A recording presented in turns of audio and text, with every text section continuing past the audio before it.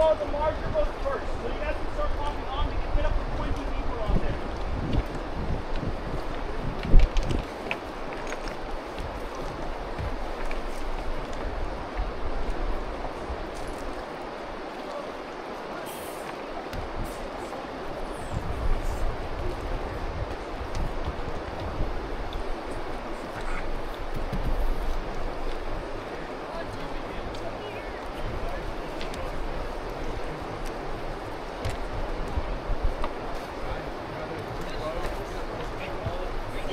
People out there, guys. And you guys need to move right to the back to give everybody space to get on. Right to the back.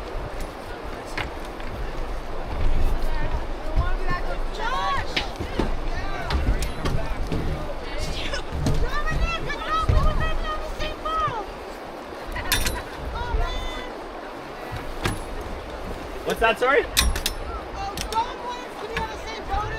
We can still make that happen.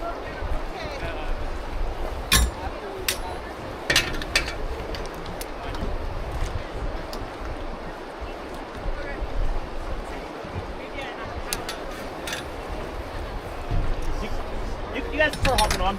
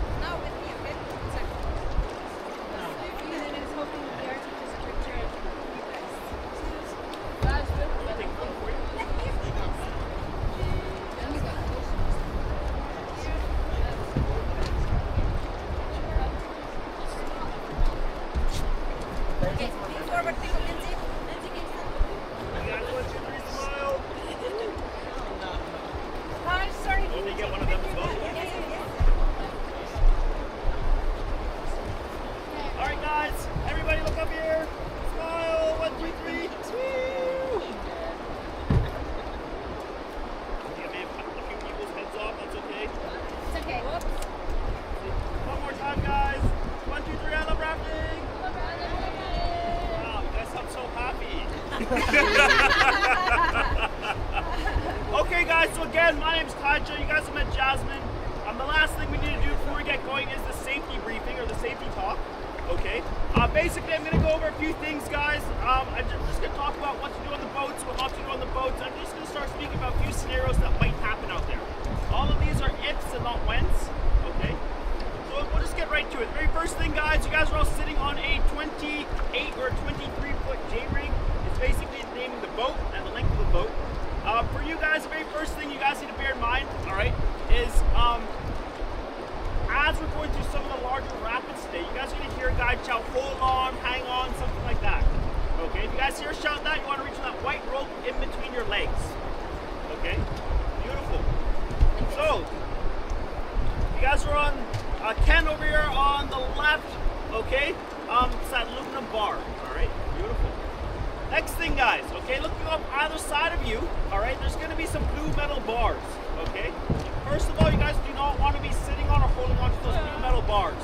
The main reason why is as the raft flexes and bends, there's going to be a slim chance that there's going to be enough space to get your fingers underneath. If your fingers do slip underneath there, it is definitely a pinch point, all right? So again, the only thing you guys want to hold on to is that white rope in between your legs. The last thing, guys, okay, so we want to make sure that you guys are not sitting in front of this front blue bar.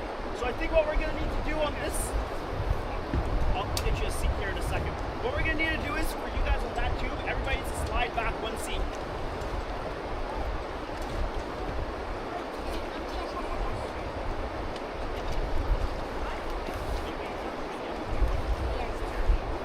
I just need 2 people from this boat to actually move over to the other one, just over here, please.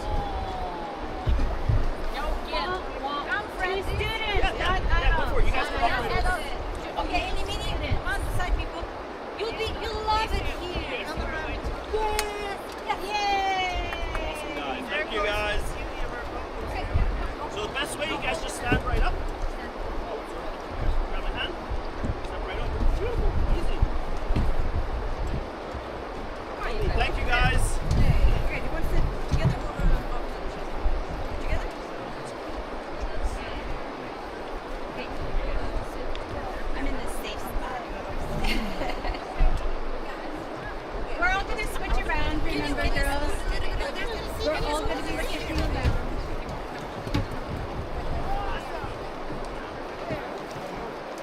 Okay, lovely, guys. 6, 7.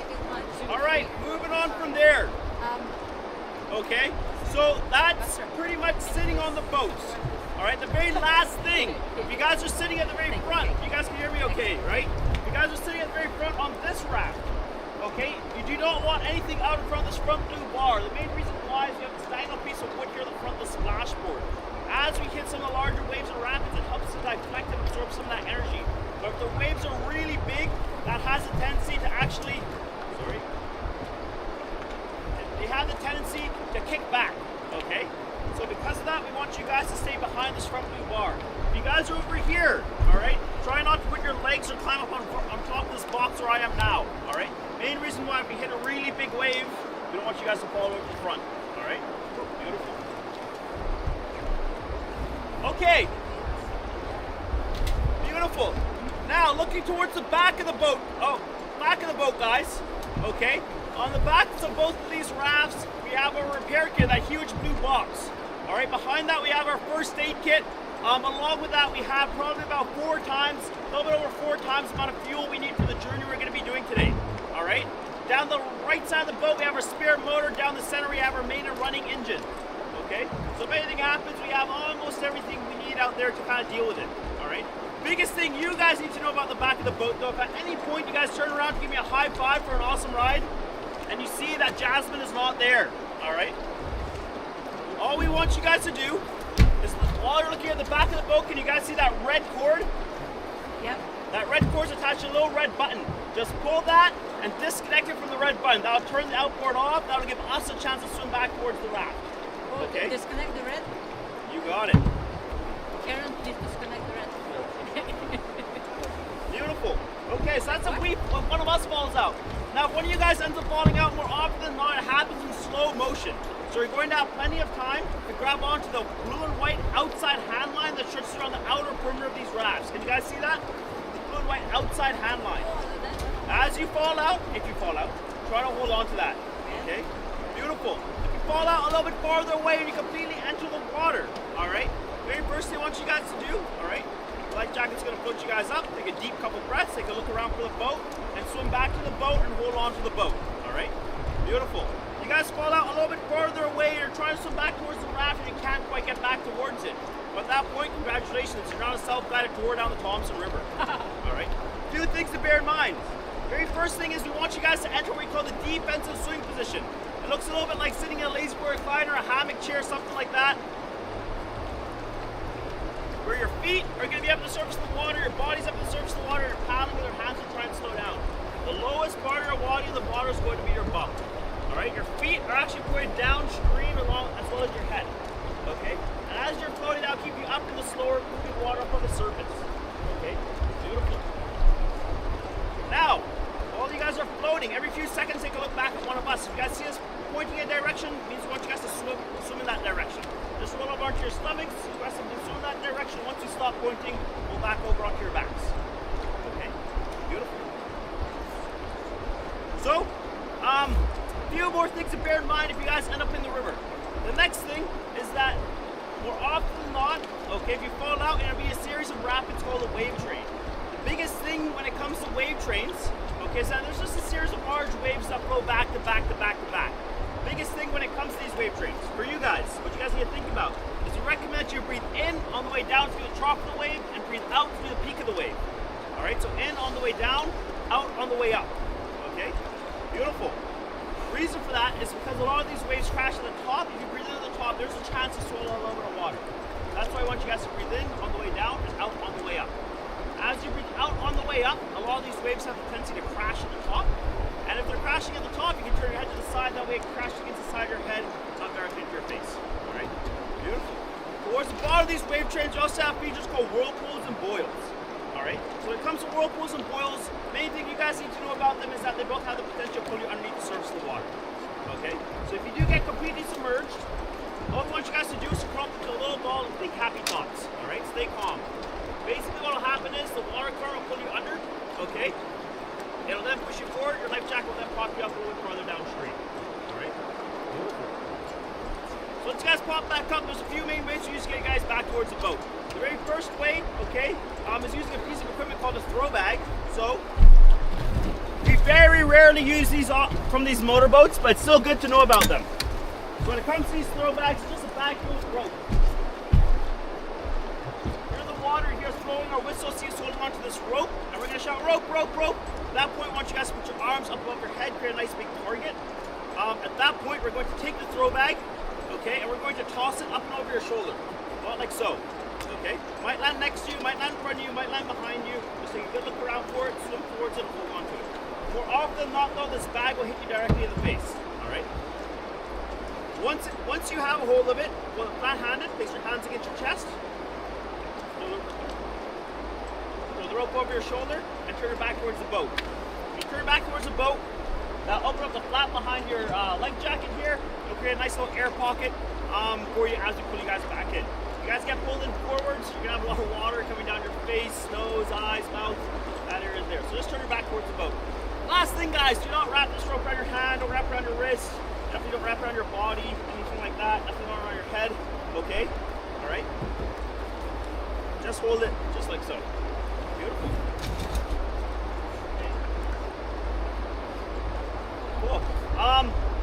Sweet guys, so the main way we actually used to get pulling up, the most common way we used to get people back into these boats though is just using the motorized raft itself. So you'll be sitting here in the water, we're going to drive the boat downstream past you. Once you're downstream you, we're going to turn the boat upstream, motor up towards you. When you get fairly close, we're going to turn the boat sideways, exposing the blue and white outside hand line. Okay? Just reach for that and hold on to it. They'll work on getting you guys back in. The main way we pull you guys back into the rafts. Oh. Awesome. The main way we used to pull you guys back into these rafts is using the shoulder straps or lapels of your life jackets. Okay? So, I think we'll do a quick demonstration. Do you want you guys maybe feeling a little bit warm, maybe want to go for a little swim over here? No? Alright, hop right up. Just one person. I'll get you to come right over here. What's your name, bud?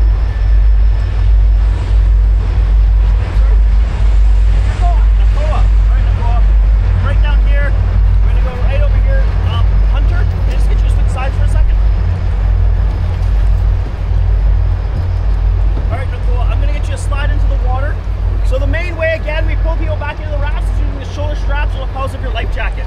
All right, I'll get you a turn around, bud. So Nakoa's holding on to the outside hand line. If you guys can't see, you guys can stand up and take a look. All right. So Nakoa's in there holding on to that rope on the count of 3. He's gonna do a big muscle up. Hunter and what's your name, buddy? Gordon. They're gonna hold on to the shoulder straps of his life jacket. And you guys are gonna pull him right in. 1, 2, 3. Pull him right in, guys. Pull, pull, pull, pull, pull. Woo! Just like that. Maybe we'll do one more on this side. Go for it. Hop right in. Just hold on to the rope. So on this boat, you want to make the way to the area that's free to change your valves. We'll get you guys to work up in a minute. On the count of 3, 1, 2, 3, we're going to do a big muscle up. No. Please don't do that. Pull up, guys. Pull, pull, pull, pull, pull. Woo! Easy as that. Nicely done. Big on big. Awesome, guys. So, that's how we pull people back in. Again, all right, by the shoulder straps.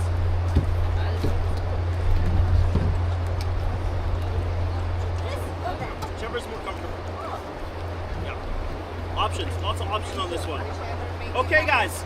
Last 2 scenarios. In the extreme rare chance we have an engine failure out there today, okay, what's going to happen is we're going to bring both rafts next to each other exactly how they are now. At that point, we're going to get everybody on the meeting tube. So all of you guys right here, you guys can roll over onto your stomachs. We're going to practice that now. And hold on to the outside hand line of the opposite boat. Just like that. All right, the guy with the working motor is going to drive the boat to shore. Just before you hit shore, you're going to hear a shout, let go, hands off. The boats are going to slide back and forth. We'll have you guys hold back on. All right, beautiful. Sweet, guys, last scenario. In the even more rare chance one of these boats ends up upside down. All right? I know, whoa is right. First of all, it's going to be very exciting. Maybe even a little bit too exciting.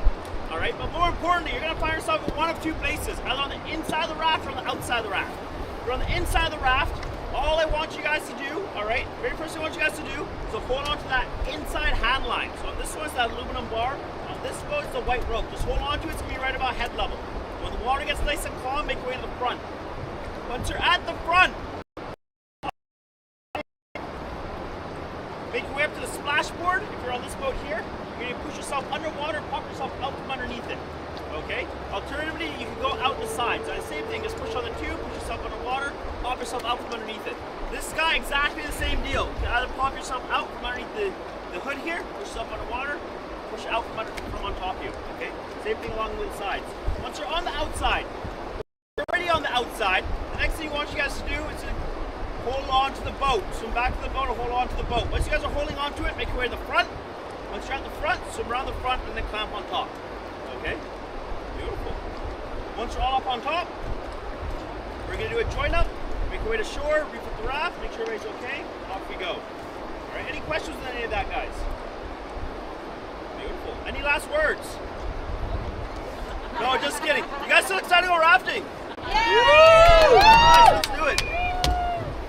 Alright. Yeah, so if you don't, I'm going to put it right in here. Okay. Does that work? Yep.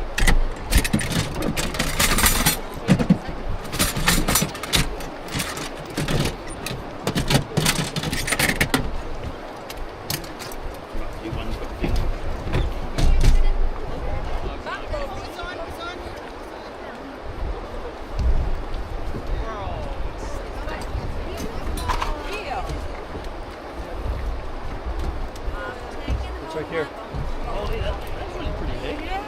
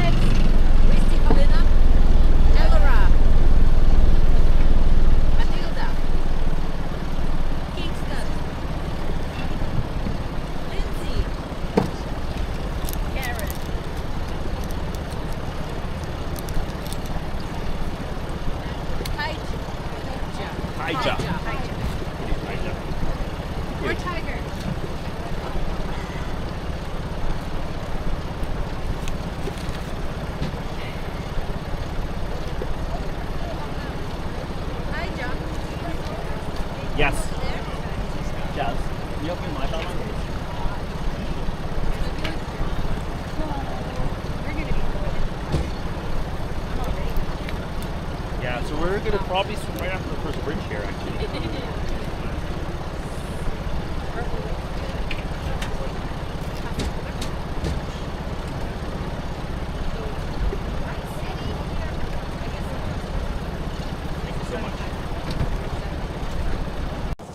What was your name again, sorry?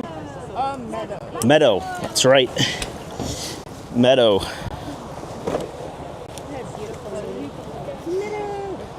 Thank you.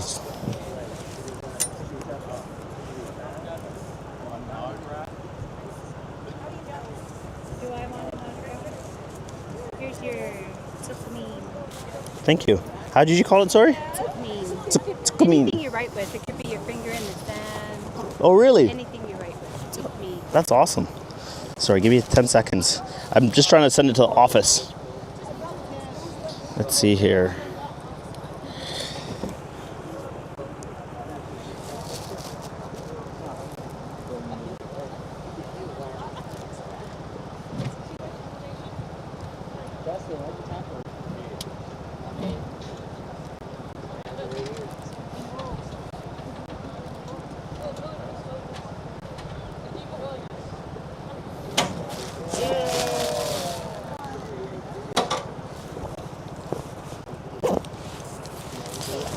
Okay. Hey guys, what did we say? Skoren. Skoren. Skoren. Skoren. What does that mean? It means let's go. Let's go. Time to rock. Skoren. But there is a story behind it from a fellow. Really? Yeah. What's the story, if you don't mind sharing? Well, he's just, he was a down and out guy that lived on the streets, and that was his saying, and that's where it just came from, started out. Yeah. Oh, really? Skoren. That's awesome.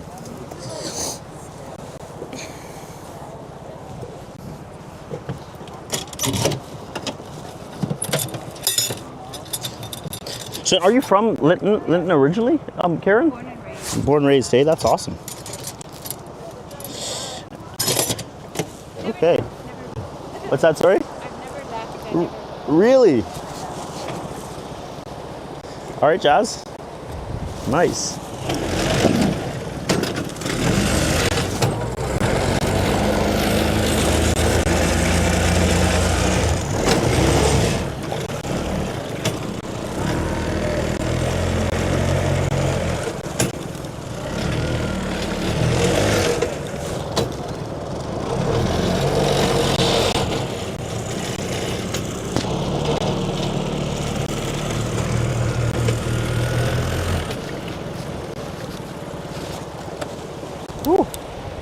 So that's usually the second hardest part of the day, is getting off the beach. The hardest I find is climbing back onto the boat after you've had your burrito.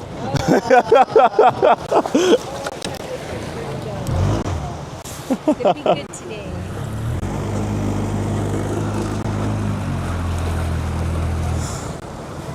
Okay. Whew.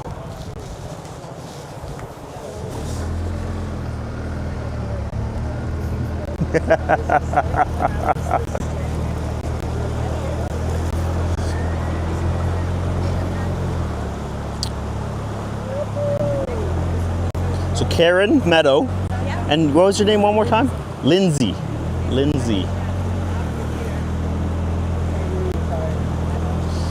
Lovely. So do you guys come the same time of year, like every year? Yeah, we've tried it in the spring, too cold. Real chilly in the spring. This year we're like, no, we're doing it in August. Nice, that's awesome. Yeah. That's awesome. Yeah, I feel like the weather's perfect aside from the smoke, hey? But like you said, hopefully it'll clear up this afternoon. Yeah, I mean, it usually does as well, you know? Yeah. So. But this is part of their course, like they're studying the canyon lore. So that was in 1867 with the gold rush. Oh, okay. You know, the gold rush trail. For sure. So our chief, David Spences, was one of the chiefs that put an end to the bloodshed. Oh, wow. James Douglas, who was in Victoria. Got it. So it was our chief that put an end to the war peacefully. Okay. So we learn about that this time of year.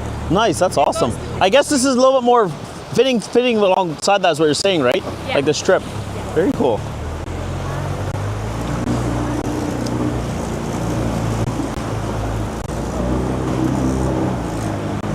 Very cool. Pretty sweet, guys. There's like 3-4 common mergansers just on the right here. The ducks here in the river. It's pretty funny. Occasionally we'll see them, like especially when they have babies, they'll like swim down a rapid and they'll all get up and fly. They'll fly back up to the top just to swim down it again. But yeah, rafting ducks.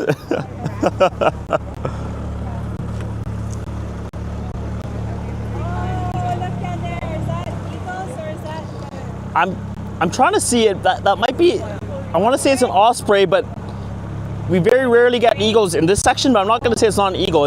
But we'll see when we get down there, though. Hey.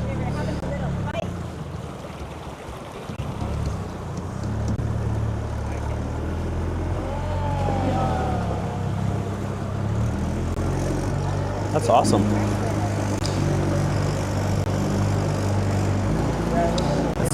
Yeah, it does look like they're having a bit of... So there's an eagle on the beach, it looks like. And that's an osprey trying to chase him off right now. Yeah.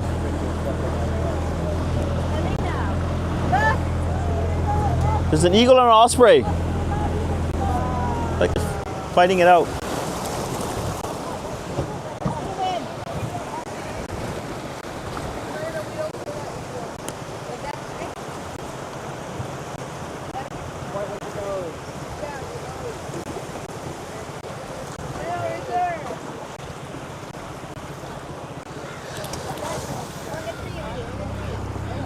So yeah, these guys are all magpies as well. So it's quite hard to tell kind of what happened, but it's not too uncommon to see eagles harassing osprey and other birds for the food that they've caught as well. Osprey, so the main thing osprey tend to feed on here in the Thompson apparently is rainbow trout, right?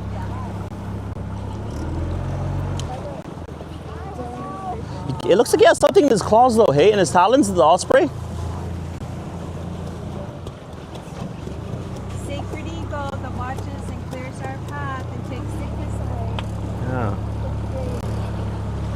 Pretty cool.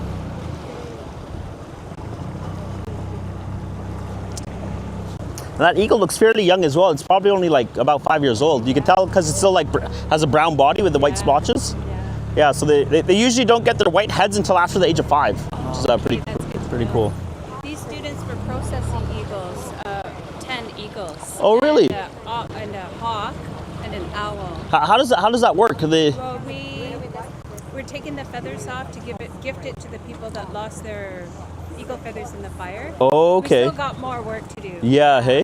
But yeah, we just we kind of blanch them in boiling water. But another method would be to let the meat rot so that you don't wreck the plumes on the bottom of the feathers. Got it. And then you could just take them off. So this is the osprey nest just up here on the left. Oh, look how big that is. Yeah. So it's pretty cool when eagles are hunting. Often when they grab fish and other animals, they'll grab them with their talons. Yeah. But the way the tendons in their talons are designed, they actually can't physically let go until the weight's off their talons, right? So a lot of the time when you see them diving down and grabbing fish out of the river, you'll see that end up getting submerged and they have to swim the shore. And the reason for that is because they can't physically let go of the fish, right? Which is kind of crazy. Until when? Until they set it down in their nest. Exactly, until they set it down either on land or on their nest. So a lot of the time when you see them up in trees drying their wings on a really hot day, it's because they got a little bit, they tried to carry a fish that was a bit too big for them, I guess. It took them for a little swim. Whereas the osprey, which is pretty cool, they're much smaller birds, so they have to hunt a little bit more efficiently. And they've kind of adapted so that when they grab a fish, they actually grab it so it's parallel with their flight path, right? Which makes it a lot easier for them to actually fly with this fish out of the water. Because I've always seen the trout kind of going that way, like head first and then So what's crazy is, and I've only seen it happen out here a couple times, but bald eagles will also hunt juvenile bighorn sheep. And knowing that they can't grab them with their talons, what they'll do is they'll actually clench their claws into little fists and they'll try to kick them off or try to scare them off. They'll swoop really low. The golden eagles, however, the fully grown golden eagles can actually pick up some of the really young bighorn sheep and just fly off with them, which is just pretty wild. I've seen an eagle carrying a snake and a cat. Yeah, hey? Yeah. Like on my res on IR 18. So when I grew up near the Darcy area is where I used to spend my summers growing up. And while I was there's this one day where a bus had been stopped by, I guess, this highways crew because they were waiting for wildlife to come in because the eagle's nest had fallen. And I guess it was part of the procedure in that area that they had to have wildlife come and remove the nest. Anyways, they eventually showed up. The wildlife guy came on the bus and just told us what they were doing, and he said the crazy part about their job with that specific nest is they found 32 cat and dog collars in the single nest that had fallen. So yeah. Yeah, I've seen that. Sweet guys. So all right, would any of you guys be keen to go for a quick swim? Oh, it's so hot. I feel like. So one of the sweet things, so I'm going to turn off the motor here, all right? One of the sweet things about this boat is we actually have a ladder on here. Oh. Okay? So I'm going to put the ladder out, and if you guys want to jump in, you guys could just jump off the side of the boat. Just make sure you guys swim back and hold on to the raft. Okay? I'd recommend going off the left side of the boat. Left side of the boat. Left side of the boat. That is the left. Which one's the left? I'd recommend going off that side.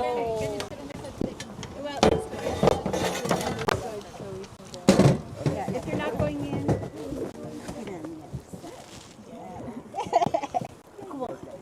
Okay, let's go.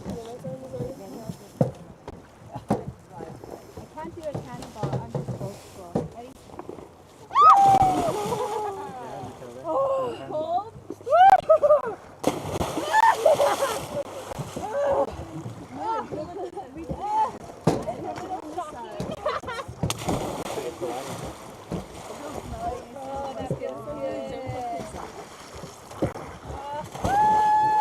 I'm taking pictures of you.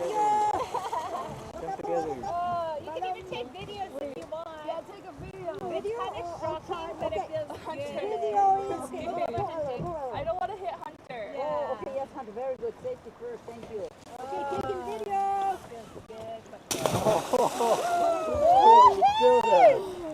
Physical, but it feels good. Yeah. Okay, okay, come on, Matilda. Woo! Awesome, guys. So I'll just put the ladder down here. I think it's going to go right in here, I think. Watch your head. Watch your head. So it's going to go right here. We need those heads of yours. Watch Ella. Where are they? Beautiful. Wow. That's so cool. I was so jealous last year. I saw this from that boat. Yeah, it's a pretty sweet upgrade, hey, having the ladder. It is? Are you sure? Okay. So yeah, we'll wait for them to.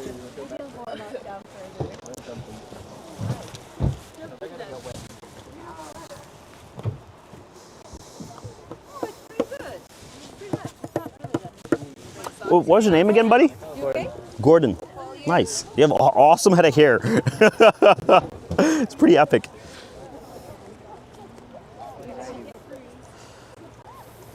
So while you guys are in there, one thing I've kind of forgot to tell you guys actually was we happen to have sturgeon in the river here.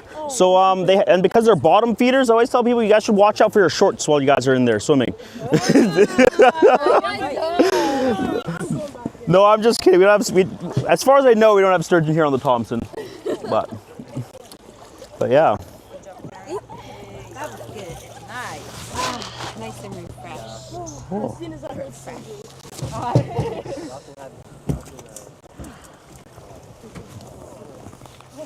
You suddenly learned to swim?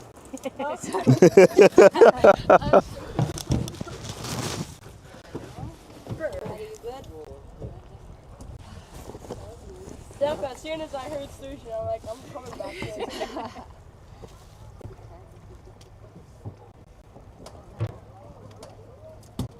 Okay. Now you sit on my seat, please. No, Please. I'm asking politely. no. Oh, you guys are funny. Okay.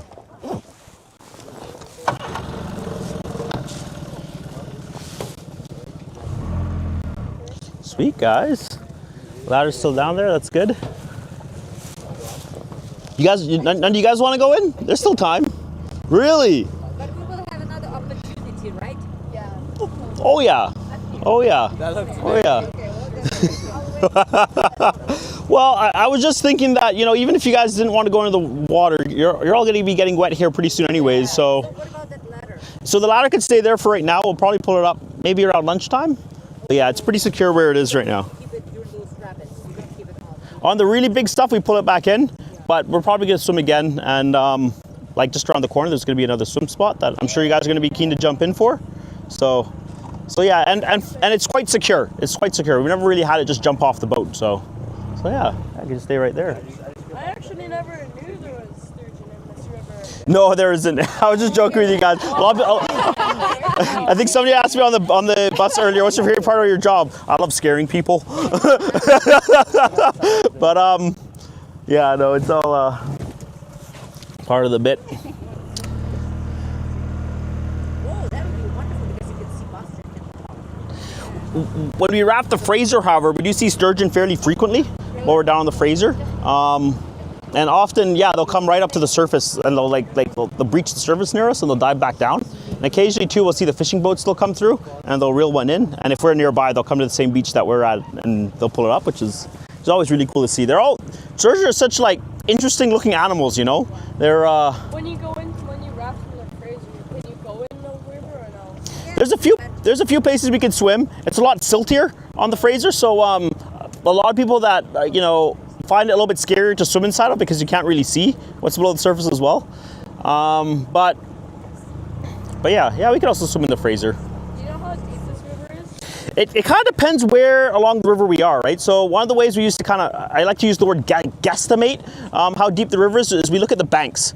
So for the most part, the river will actually follow the bank line, and you can kind of tell more or less against shore how deep it's going to be. So if it's quite vertical like this, it's probably going to be deep for quite a while. Whereas if it's very gradual like that, oh, check that out, a couple cows. If it's quite gradual like that, you know, it's going to be a much more shallow along shore. With that being said, the deepest section of the river this time of year, we figure is probably about 80 to 100 feet deep. Yeah. Where? So we're going to be passing that a little bit later. I would imagine here is maybe like, it's quite hard to tell. I would say probably about 25 to 30 feet deep here probably. Yeah. But without actually taking a tape measure and diving down there, I couldn't tell you for sure. Yeah, check out all the cows, guys.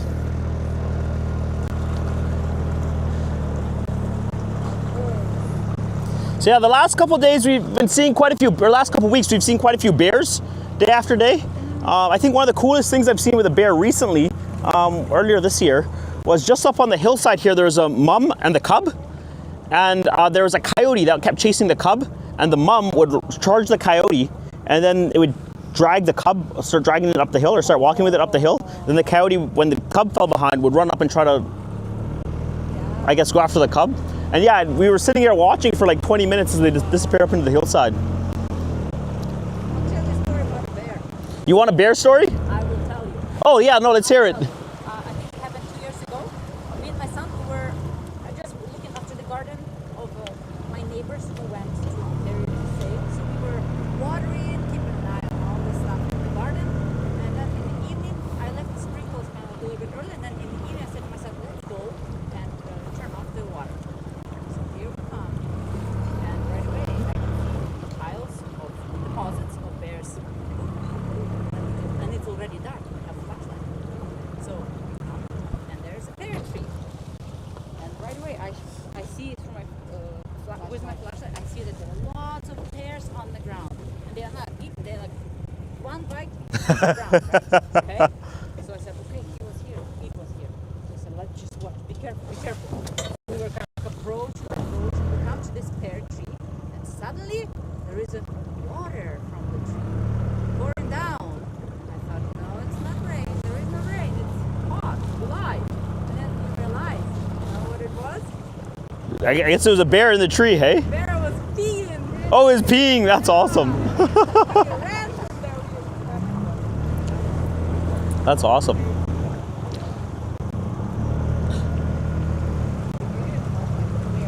No, we ran from there. That's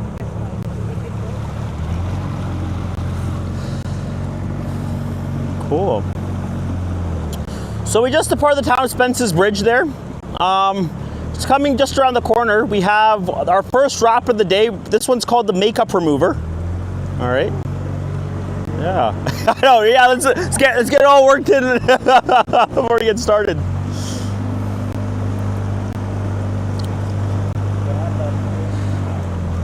So we'll see what the water level looks like today, but the makeup remover is usually one of the ones that we can actually go back and redo a couple times. So, but it ultimately depends on, you know, how deep the eddies are and how good the rapid is, right?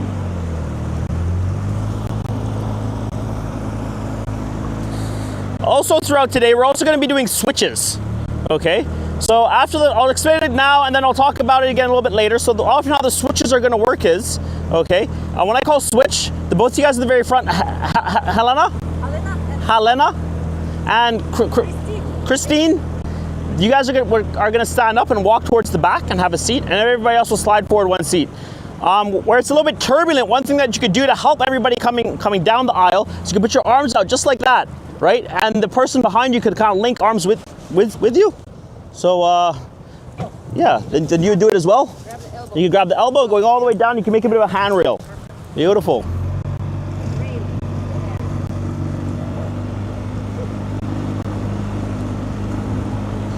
Beautiful.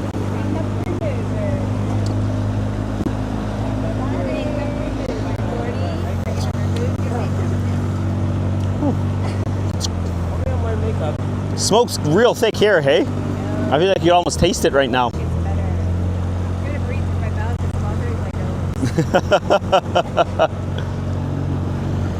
Ooh. So it's pretty cool. If you guys look down to the water off either side of the boat, you can actually see the bottom of the river, and you'll get a pretty good idea of how fast we're traveling.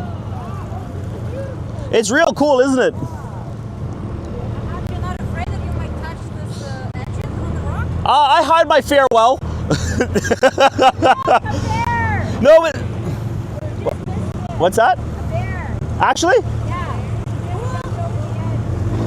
Well, we might see him here not too long if he starts climbing the hill.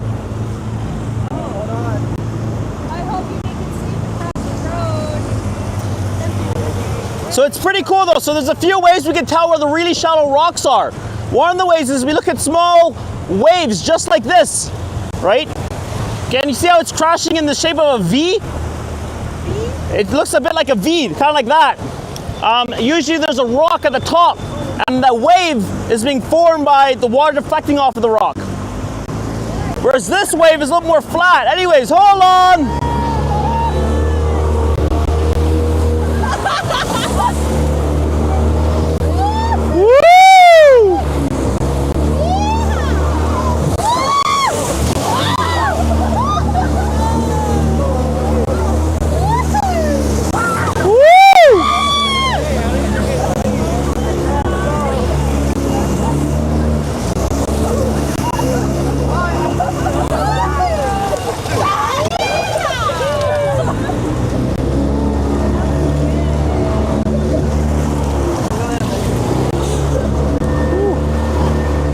Nicely done, guys. Let's switch it up, guys. Switch it up.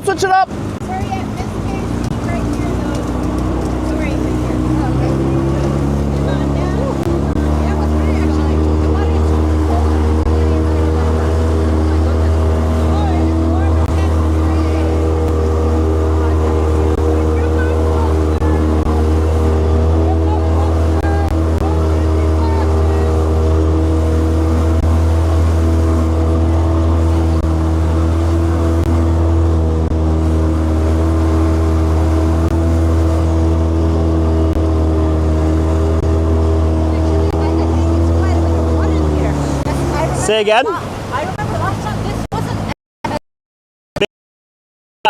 It's only in a really low water levels like this, actually. When it's higher, we do get a rapid here, but it's nowhere near this big.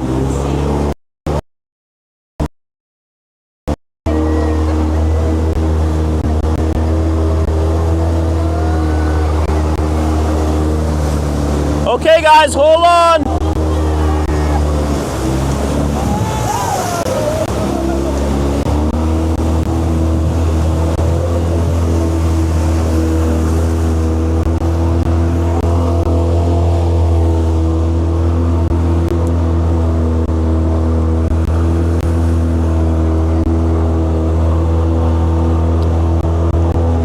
So it's pretty cool. If you guys actually watch the waves on our way up, you'll notice that the shape of them, especially that first one, is changing, constantly changing.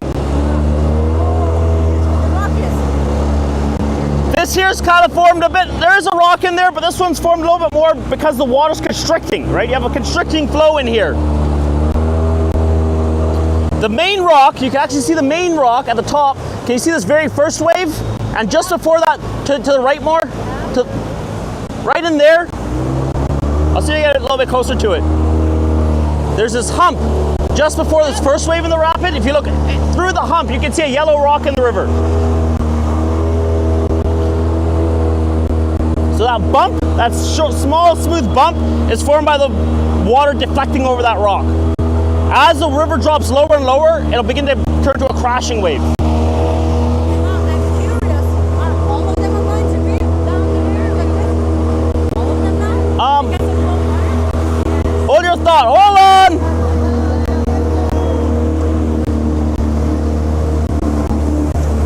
Just gotta catch up with Jasmine here.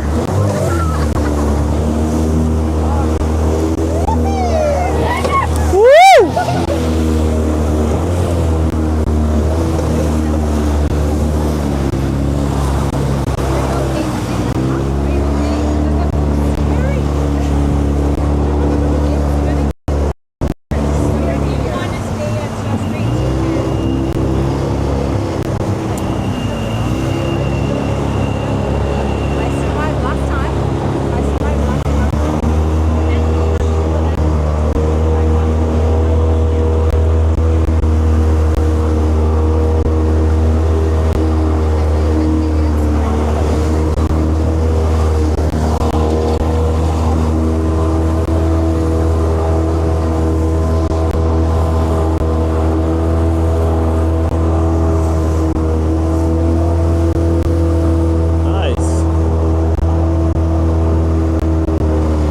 Sweet guys, let's switch it up, switch it up.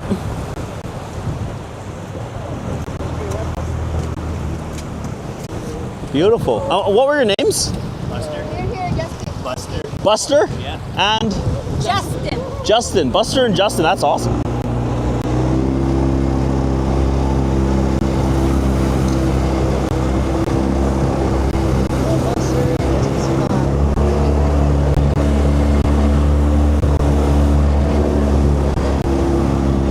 Karen, you don't want to go to the front? No. Really? I'm too old for that now.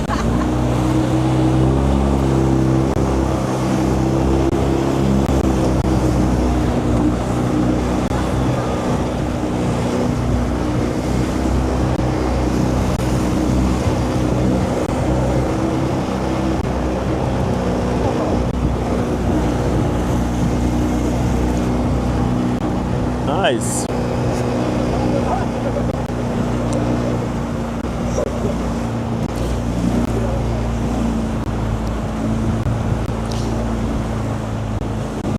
So, Karen, you're saying that you guys teach about the, well, what did you call the war? You said it took place in 1867, The but Canyon War. the Canyon War. So there was the gold miners from California heard about the gold Okay, in this river. for sure. And so they came up by the thousands, 10,000, thousands of miners. They settled in Yale, a group of them, and there are about 20,000 people living there Oh, wow. in the gold rush era. And That's pretty impressive considering how large Yale is today, hey? so they wanted the gold, but the Pitquah were already here since time immemorial. So they couldn't get through us, through our land, and so they decided that they needed to kill all the Indians that they came across so that they could claim the gold. For sure. So they started a war with the gold miners.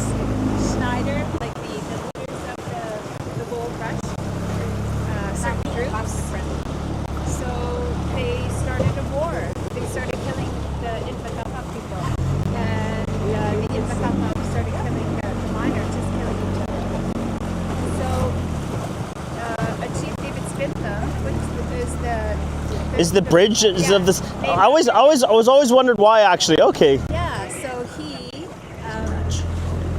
brought it into the war peacefully Okay. with talking to a fellow named Schneider, who was a miner from California. Who was Got it.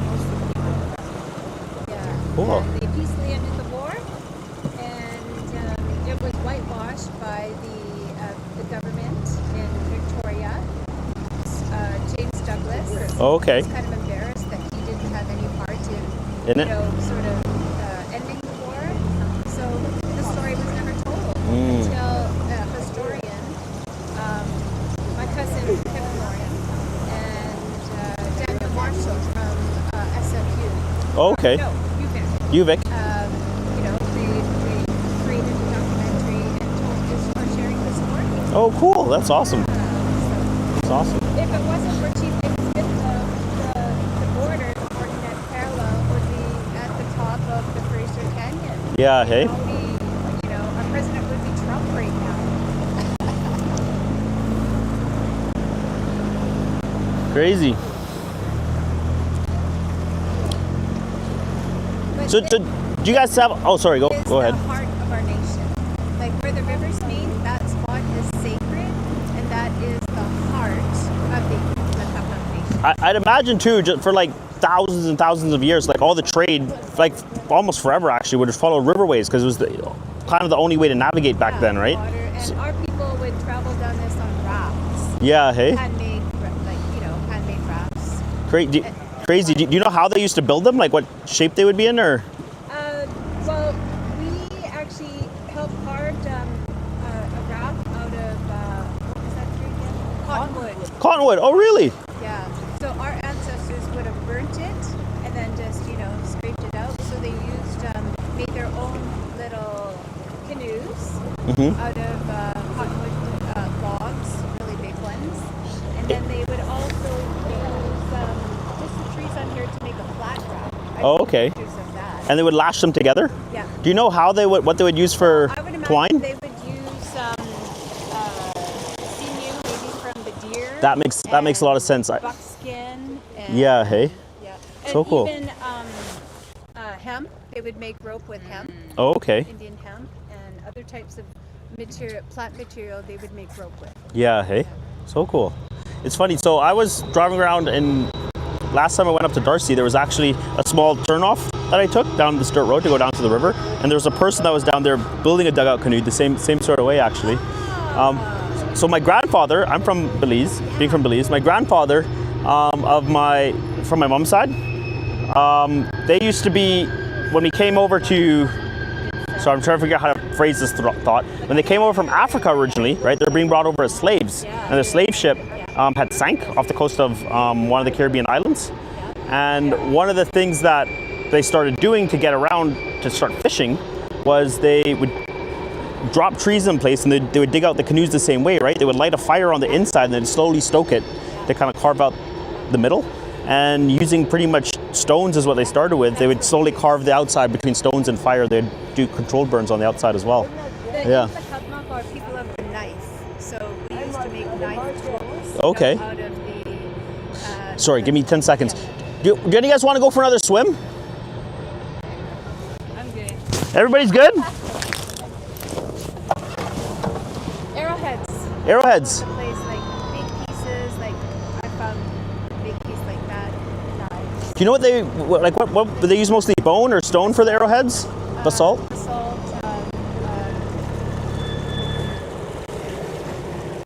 Chert. I've seen chert. What's chert? Chert is like, it almost looks like an agate. Okay. Yeah, see-through kind of rock. Oh, crazy. That's Yeah. cool. That's awesome.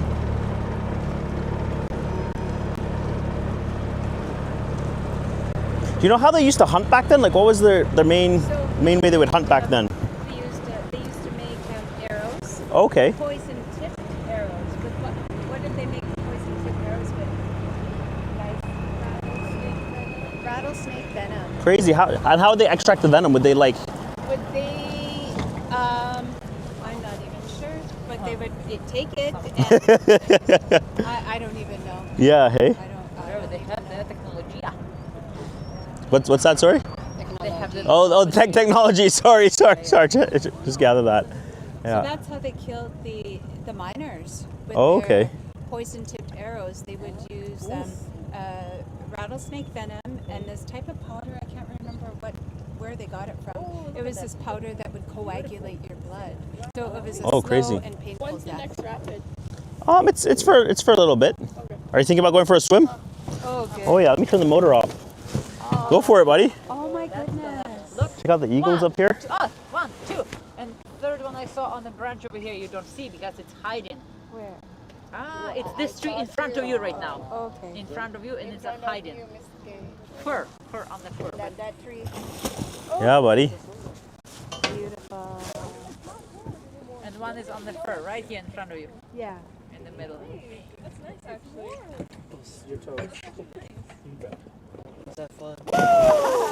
It was crazy for a long time. Like telling the difference between the juvenile bald eagles and the juvenile golden eagles was really difficult because they look almost identical. Hey, Yeah. but Yeah, that's right. I think all these are all bald eagles though. Hello. We say hello. Hello. Hello. Hello. I hear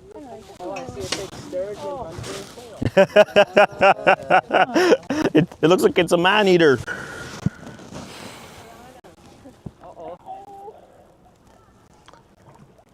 Yeah. And then, how would they fish it? Would they weave nets originally for fishing, or what? Fish little traps on the side of the river that they would make, kind of like the fish would go in and get stuck. Oh, like a trough. They make like a trough or something Yeah. to focus them. Yeah. Okay. Cool. And then that's the only way I know of. And then spear fishing. Spear fishing? Well, yeah. That's awesome. Yeah. Yeah, it's funny. I've never been spearfishing the way they would do it, but back at Yeah. home, I've been like spearfishing with like a harpoon gun, like a spear gun before. It's quite exciting. It's kind of like I've never been actual hunting before, but I'd imagine it's somewhat similar, except you're holding your breath, but the distances are shorter, obviously. So you're like diving down to like 30, 40 feet, and a lot of fish, especially predators, they spook easily, right? As soon as something large comes next to them, they'll swim off. So you'd have to like dive down behind free dive down behind like a rock or a cliff or something, and sneak over the front to get to them. Yeah, it's pretty exciting. That is amazing. It's pretty exciting. I've swam with sharks before. I think they were nurse sharks. Whereabouts? We were in Phuket. Okay. Thailand. Nurse sharks are really cool. It's funny. I compare most like proper predatory sharks. They're very similar to cats in their behavior, except for nurse sharks. I think nurse sharks are like almost like dogs. They're kind of funny. They didn't bother us. They would just swim and do it. And there were lots of them too. Yeah, right. The water wasn't even very deep. It was, we had to crawl out. Did you happen to touch any of them when they were swimming by? I did. Yeah, we had to crawl out on the reef. Oh yeah. It's so shallow. We had to do this. Crazy. It's funny. The sharks, they have like their skin feels like sandpaper, and if you go one way, it's just like a little bit rough. But if you go the other way, it starts to grab. Actually, they're really cool animals. They so sharks. It's interesting. I actually don't know. I imagine sturgeon are bony fish. So fish fall into two categories. There's either bony fish or cartilaginous fish. So sharks raise a bunch of other fish like that. They're cartilaginous fish. Yeah, it's mostly all cartilage. And I've had fish, a shark fin soup. yeah. Never do that again. It's funny, in Belize, people would hunt for fish, like traditionally, right? Yeah. And for a long time, like I remember growing up and having that and like sea turtle and stuff like that. Like, and people there don't do it anymore, but Because they're kind of endangered, probably. they're all pretty endangered, It was yeah. tasty. It just tasted like chicken noodle soup to me. the shark fin Yeah. soup, it tasted like a chicken broth. Yeah.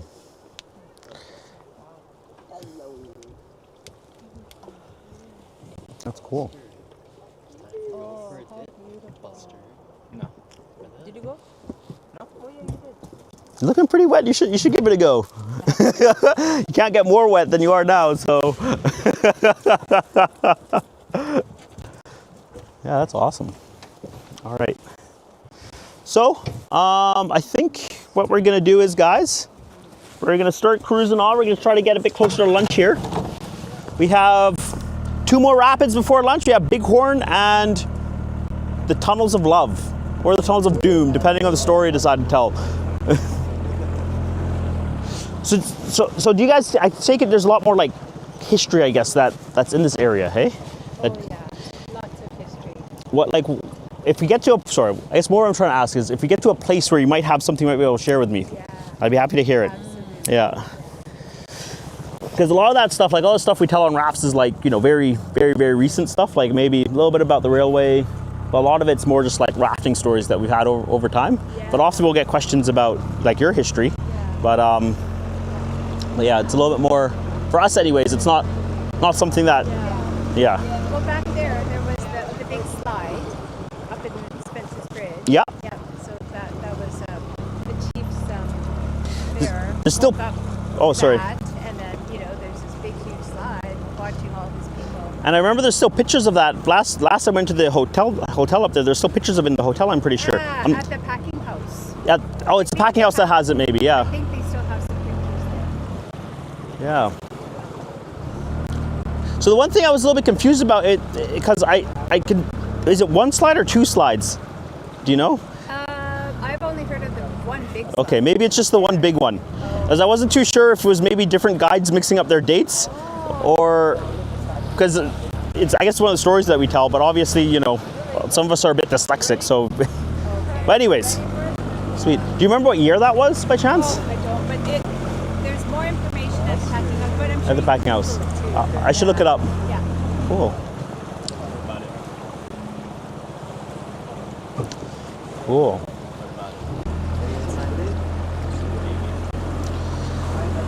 Okay, so guys, here we are. We're coming up onto Bighorn. Oh no, Little Bighorn is what we call this one, just because it's a little version of the Bighorn Rapid. Have you guys seen these balls up here before? Do you guys know what these are for? Planes and helicopters, yeah. We tell all the high school groups that come that they're for training polka dot dolphins. Hold on. Woo.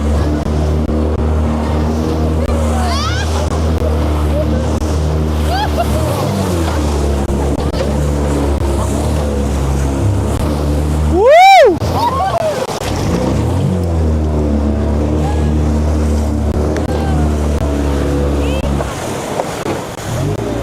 I like this new raft. It's And a nice handle. all right, guys. Switch it up. Switch it up.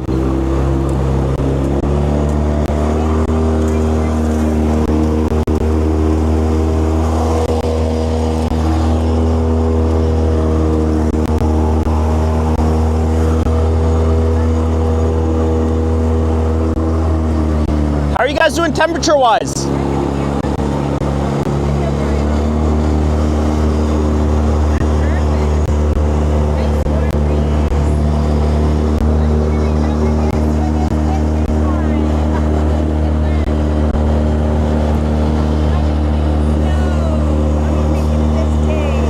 Say again? I'll be thinking of this day when we're in December.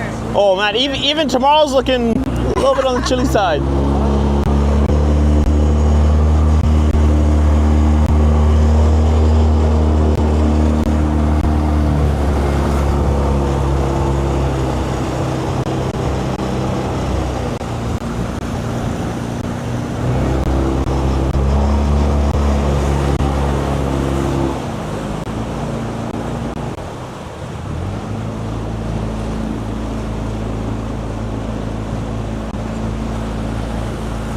Okay, hold on.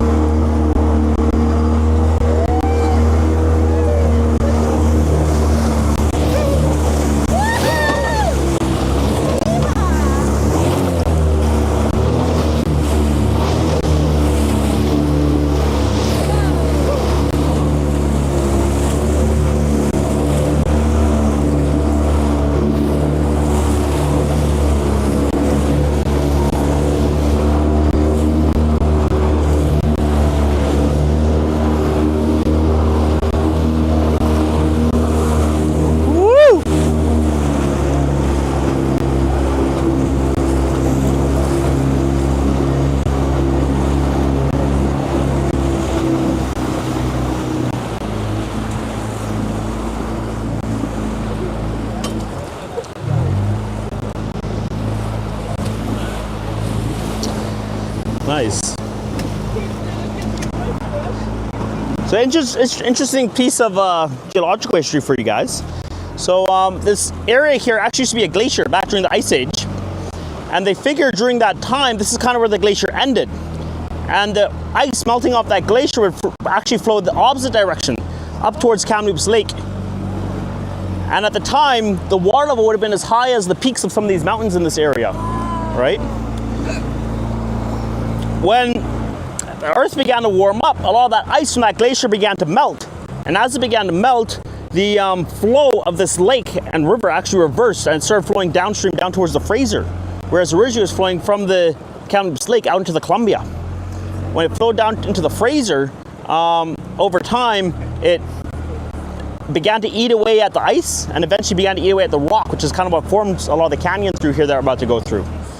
Some of the evidence that's left over from that, we'll see just as we come around this next bend here at the Bighorn Rapid, is the layers in the sand, which you guys have probably seen before, right? There's some layers where it's extra fine silt, and there's other areas where it's like these huge boulders pretty much lodged in there. So they figure the large boulders would have been moving around when it was flowing as a river, whereas the super fine silt would have been when it was sitting as a lake. Yeah. All right, guys, hold on for, oh, did we get a switch? Oh, maybe have a seat. Sure, you can come back. You can come back. Just go a bit slow through here. All right, guys, hold on.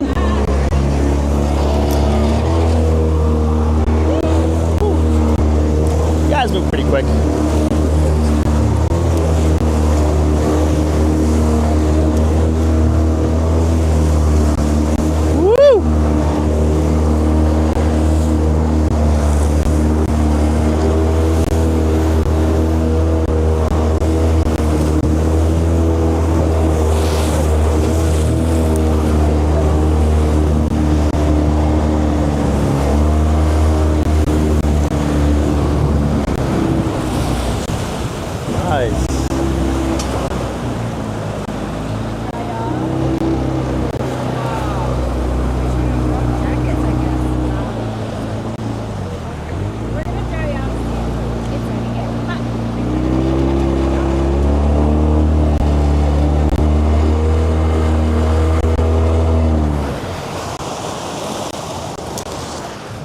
We'll pull the ladder up here, guys.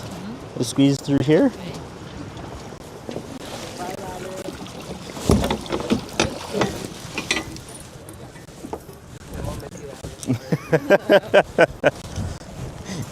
You won't miss it yet till you need it.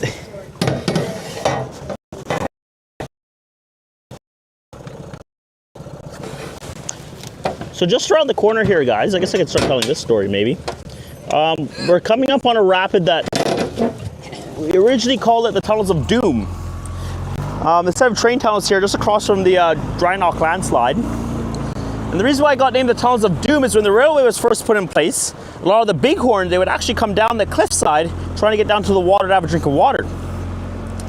And when they're coming down, sometimes they would end up in between the tunnels. As the trains were coming, a lot of the male bighorns, being quite stubborn as they are, thought that the trains were kind of coming into their territory, and they thought they could stop the trains by running into them. Whoa. Right? Unfortunately for the bighorn, they tend to lose that battle most of the time. So because of that, we got to get called or known as the Tunnels of Doom through here. Some years later, when we started rafting the river, we had one of our guides come down. It was like a 42 degree day, and it was wearing a piece of equipment called a dry suit. So what a dry suit is a completely sealed piece of equipment that you wear. It seals around your wrists, around your neck, and it has like special socks that keep you completely dry underneath, and was kind of originally designed to scuba dive with icebergs, right? Like really cold temperatures. He came out on a 42 degree day though, right? And he was sweating it up until he got to here. He had already stopped sweating. It was past red, starting to look a little bit blue. He unzipped his dry suit and they went down on one knee, and his girlfriend was on the boat. He had a tuxedo on underneath the dry suit, soaking wet with sweat, and proposed to his girlfriend on the raft. So yeah, we started calling it the Tunnels of Love through here. Big Wave Dave. Big Wave Dave.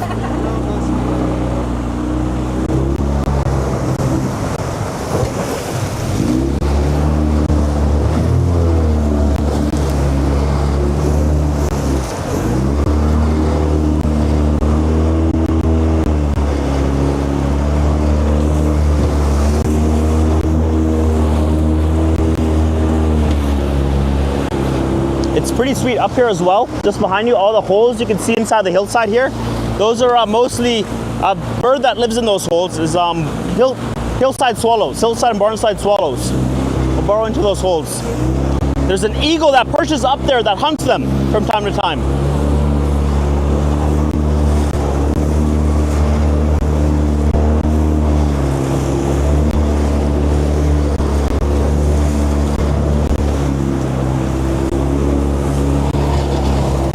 All right, guys, hold on. Here we go. Woo!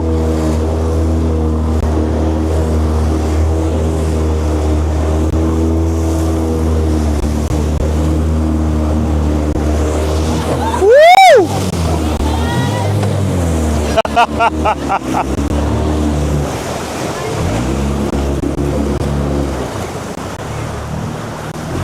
Nice, guys. Nicely done.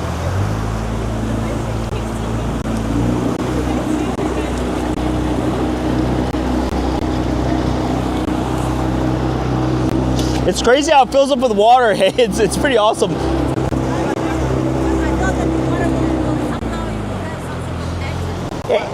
It does drain out the back, but there's just so much water inside the boat, it can't drain quick enough. So this boat's much newer. We've only had this boat for a couple years, and the entire body or frame of the boat's all one piece. So along the bottom we have a couple of smaller drain holes, but most of the drainage is out the back.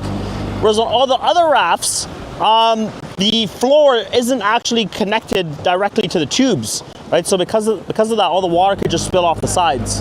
Yeah. The one thing we find with that design is that they are a fair bit more flexible, but often because of how they're designed, the floor tends to sit slightly inside the water, so the boats are inherently a little bit slower because of that as well. Yeah, those boats. That being said, this one over here is going to be quite fast because it has a larger engine, but the ones that are this size tend to be a little bit slower just because they have that extra frame sitting in the water, you know? Yeah.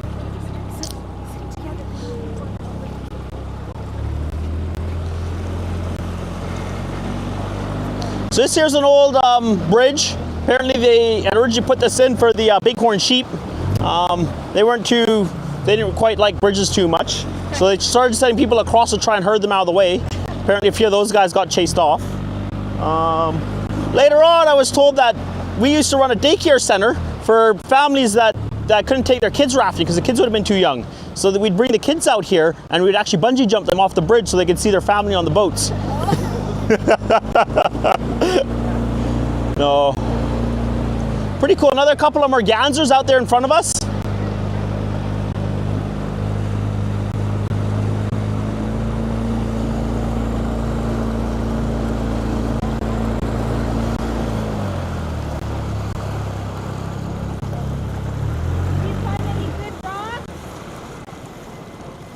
Oh, he's got a pretty big grin on his face, hey?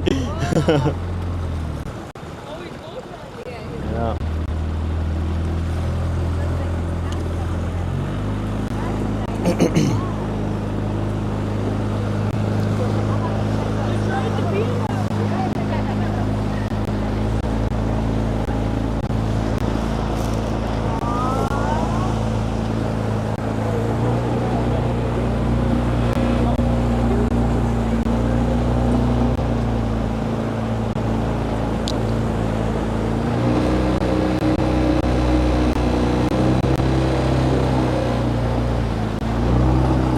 It's getting real warm now, hey?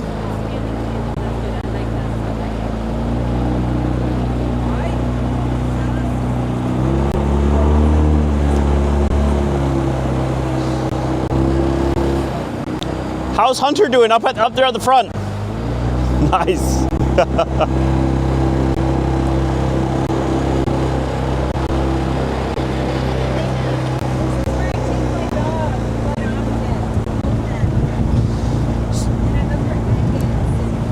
So yeah, apparently the reason why this campsite is named this is because this was one of the few places along the old Caribou Wagon Road, along the Thompson anyways, where there was sand adjacent to the beach like this. So they call it gold pan because a lot of the miners, they would stop here to pan for gold on their journey. Kind of a more recent funny story about this, I was speaking to the lady that manages the the Ski Hist Provincial Park. Oh, okay. Mary, I think her name is. Anyway, she was saying that they had recently decided to close this permanently, mostly because the hillside behind it, they've had several landslides that have come over the highway, as you guys probably remember. Yeah. And they didn't really want to spend the money to stabilize the cliff, so they decided to close the gold pan permanently. As a part of that, they sent the crew up to come and grab one of the outhouses, because they figured that they would leave one because people are still coming down here anyways, and they take one away so they can use it up by Ski Hist. Anyways, they came down here, they parked their truck, and these 6 guys came out to lift the outhouse and put it onto the trailer. And apparently they went to go lift it, and like 20, 30 rattlesnakes started crawling out of the pit below the outhouse, and they dropped the outhouse and they ran. They just left it there. Rattlesnakes. I just spoke, yeah, she just told me that earlier this year. I thought it was crazy. I was like, there's no way. If you'd like, you could ask her, because she's up there. Oh, watch for rattlesnakes. Yeah, rattlesnakes. She was saying it was out of, I'll show it to you, it's the 2 that are farther down, because they're still there. If you go down there, you'll see one's actually tilted off to the side because of how they dropped it. Oh, I won't go that way anymore. Yeah. I can see over here.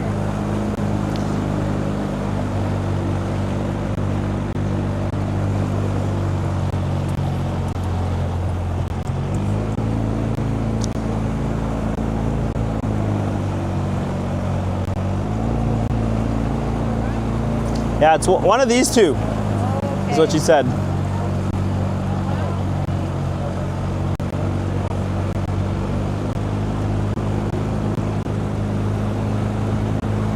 But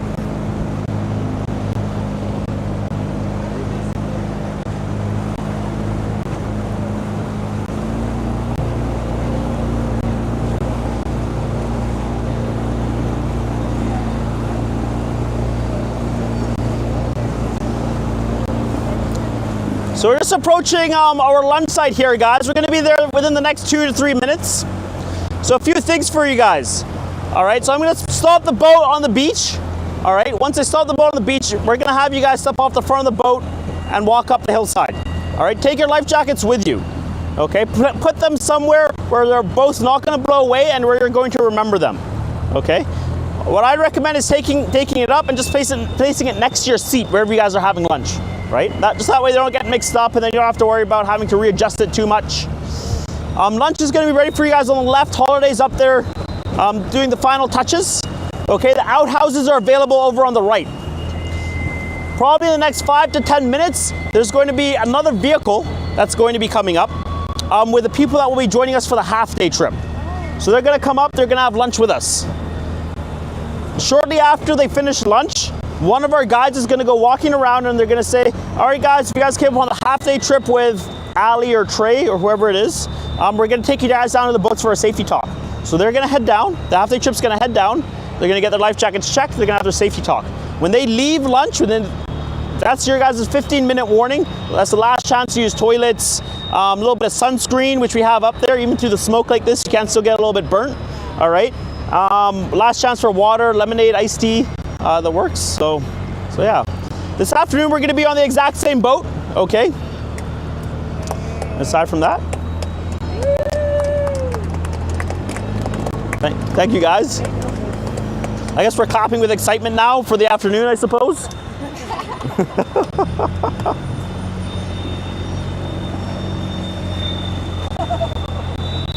Oh, check it out. So the bus is already here, so they're already having lunch. All right.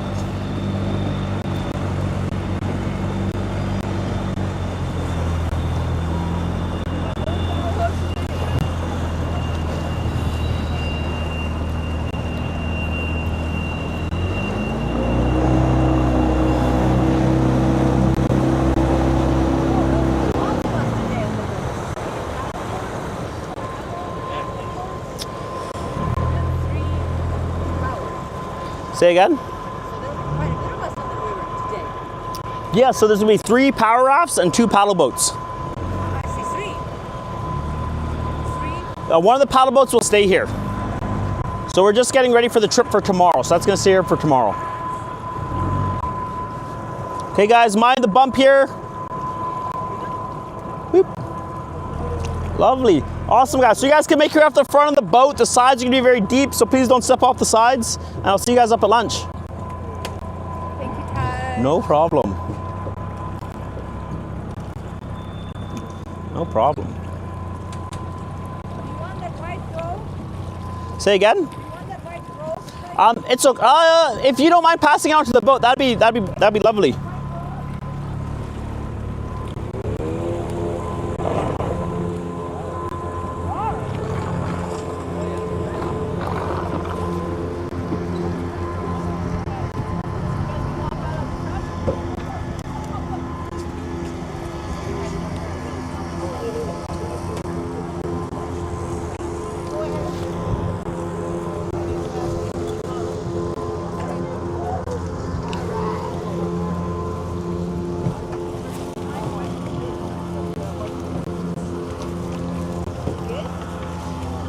Thank you, dude. Yep. I'll see you up at lunch.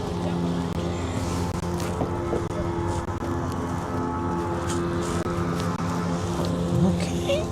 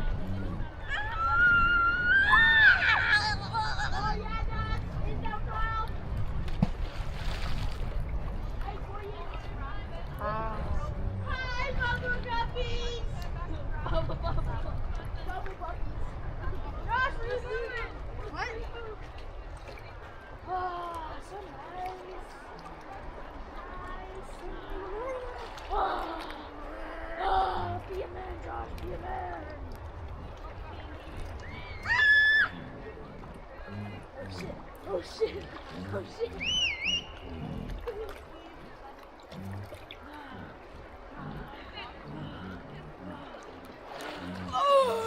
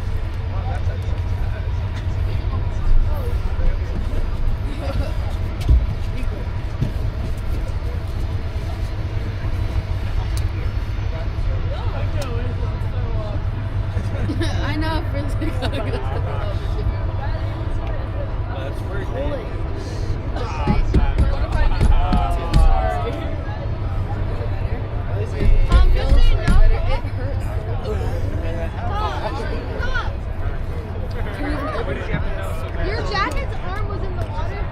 What do I do? Yeah. If I get thrown up on, I'm actually.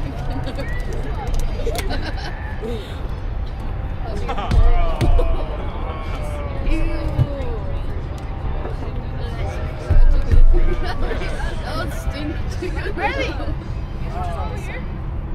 There's already 6 Marcus, you want to switch? Marcus, you want to switch spots? Yeah, I have to go. I'm going to ask him if he has to. Nope.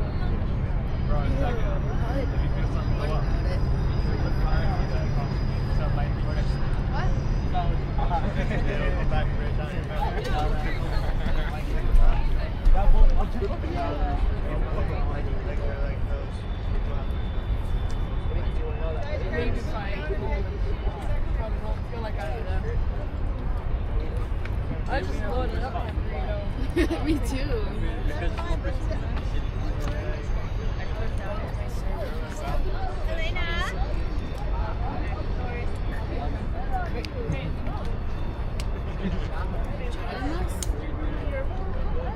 Hey, might have to move down a bit when I get the yard in. I can go to the back. I don't mind going to the back. Yeah, actually, there's Everybody get on the same. It's like Abby. But even like before that, normally I'm like sweaty as hell. I'm an elder now. Soak it in. All of it.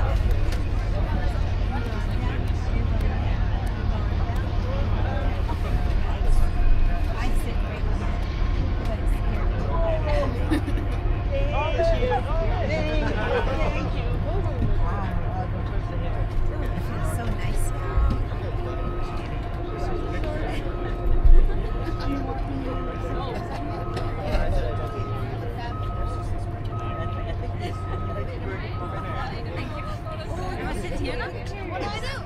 Alright, we'll do another big one. Everyone on the boat. You guys, Alright, look in here. Make sure I can see you. 3, 2, 1. Big smile. Awesome. Now we'll just go by boat. Okay, people, you make sure that you kind of lean over. Hey, we got room here. Alright, so if you're in the back, we'll get you to lean in. The front, lean out a little bit.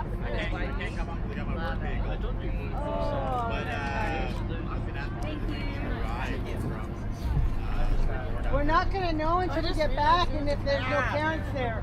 Okay, I'll make sure I'm there for 4. Was that there the whole time? Yeah. Oh my God, you're amazing. Thank you. Right. The camera. Thank you, Craig. I appreciate it. That was on the whole time? Oh yeah. Well, I know, but what? I know. Oops. No, just kidding. I can't believe it. Oh, I hope they hear what I'm saying. I mean, I just can't believe it. What's happening? Well, Yeah, so Wow, I think you guys can access the video too. So who noticed that camera in the and beginning? I wasn't there. Oh, You can go and apply to be detective. You notice everything. so it's kind of obvious. We'll get everyone in the back to lean in, everyone in the front to lean out. We take selfies. Karen.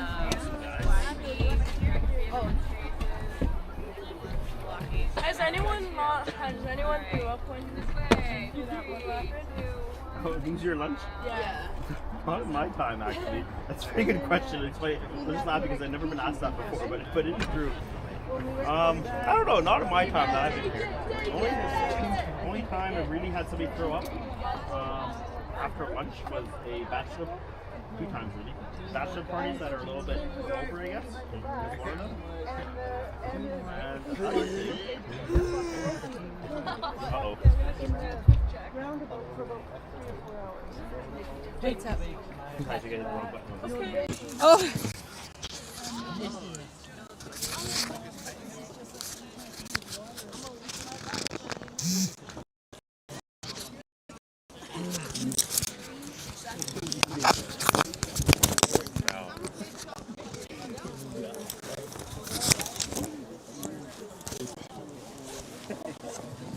Okay.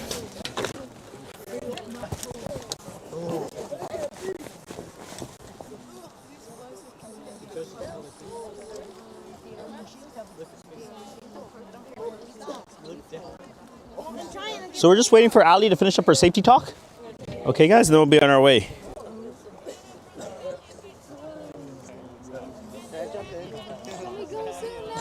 If you could hold on to the jumping in for 5 minutes.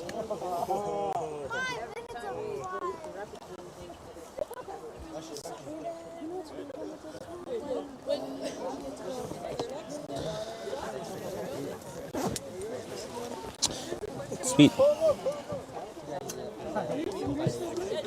Why my phone stays dark? How does it do that? Oh, it's weird, yeah. Just my eyeball? Sometimes mine as well, it thinks it's like nighttime, so it goes into nighttime mode. Yeah. Wake up! Only if it was that simple, hey? Hey Siri, wake up! Hey Siri! Pretty sweet. Craig, I can drive you. I got the school bus. I can drive you back up after. Sweet guys, so I'm just gonna double check everybody's life jackets before we get going here. Oh yeah. How about that bald buckle there, bud? I know, busted. Beauty.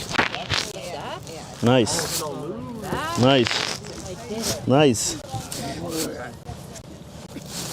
Oh, sorry. Beautiful. We're all looking pretty good here.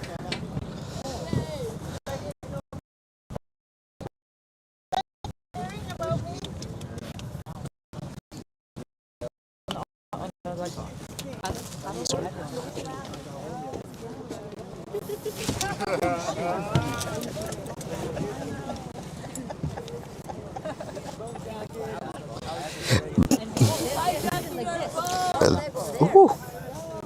Oh man. Oh, just on the paddle line. You had to ride like that.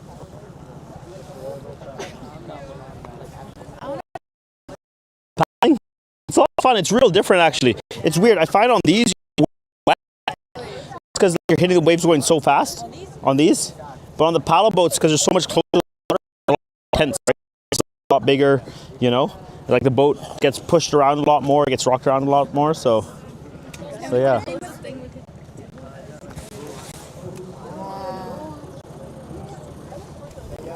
the thing about this is you can come back up and do the rapid again and again and again. But that one you can. I'll be right back, guys.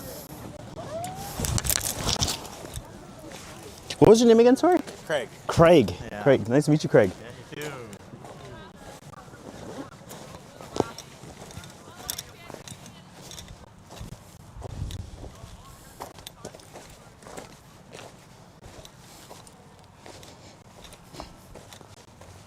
Hello?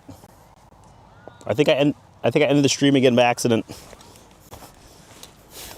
Okay.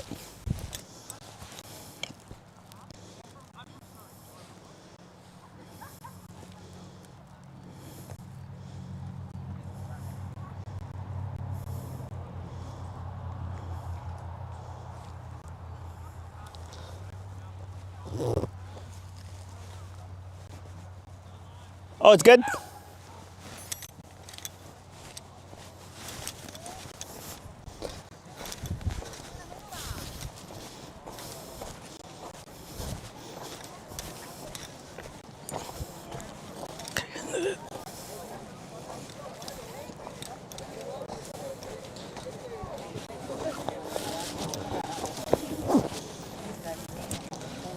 Yeah. All right, let's do it, Jazz.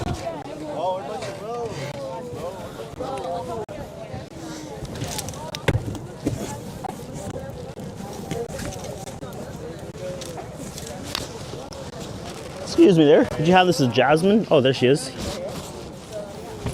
Whoop. Hello. Sorry, can I just step through your hair?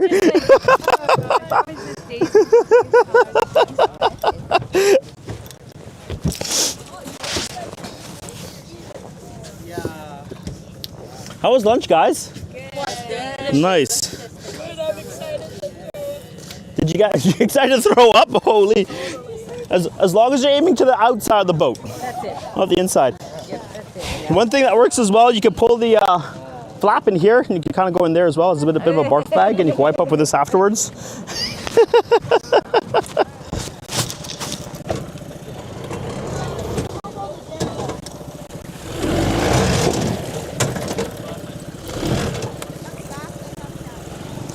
Nice.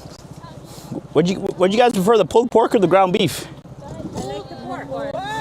Pulled pork, eh? Lovely. Break a leg, guys. Flip a boat too, maybe. Alrighty then.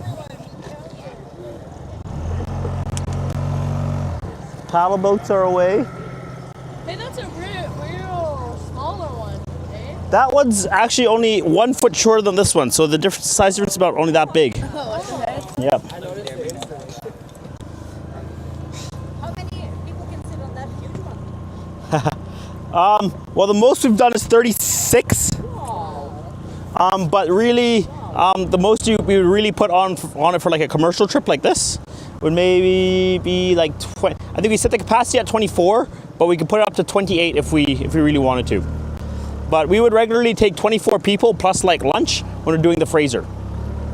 Yeah. Where do you guys do lunch when you guys go on the Fraser? We would do like a staff trip beforehand, and we would look at a bunch of beaches along the way, and we'll pick out a beach that we'll usually stop at lunch for. You just have it with you. So yeah, the lunch we pack it in like several coolers. So we'll have like maybe, I would say it's approximately 1 cooler per, I think it's 15 people, right? So if it's 30 people, then we have 2 coolers. And then we also bring like tables as well. Inside the coolers, we also have like juice just like this. But we also have like cutting boards to cut up like tomatoes and onions. We do like sandwiches and stuff. With you on the raft, the people, another staff members bring it. So Holiday would pack the lunch for us into like coolers, and we'd put them inside the rafts like right here. And we'd raft for the lunch, right? And then after we pass Hell's Gate usually, we'd find a beach somewhere on the river, and we'd take all the lunch off and set up tables and stuff. From Lytton down, Fraser. I've done that a couple times, but usually when we do that trip, usually we would start in Boston Bar and we'd finish in Yale. Yeah. But right now, because of Hell's Gate, we go through Hell's Gate. Yeah. My mom did it. My mom remember. So it's pretty cool as well. We also do often as like staff trips, we also do camping trips off of these boats. So like usually at the start of the year, we'll do one big camping and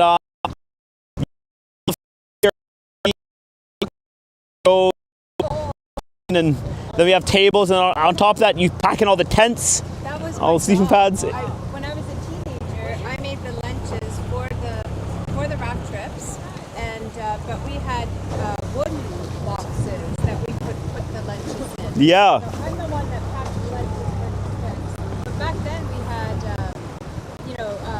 lunch meat and bread and pepperoni, and we had fish bake.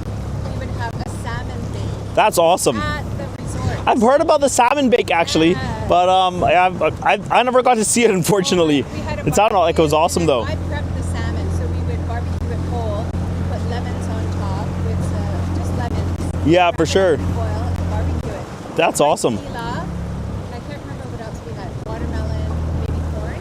Lovely. But we are planning a trip with Andrew, a 2-day trip for Sun Valley students. Oh, are you guys starting up by Kamloops, or are you guys gonna do the Fraser?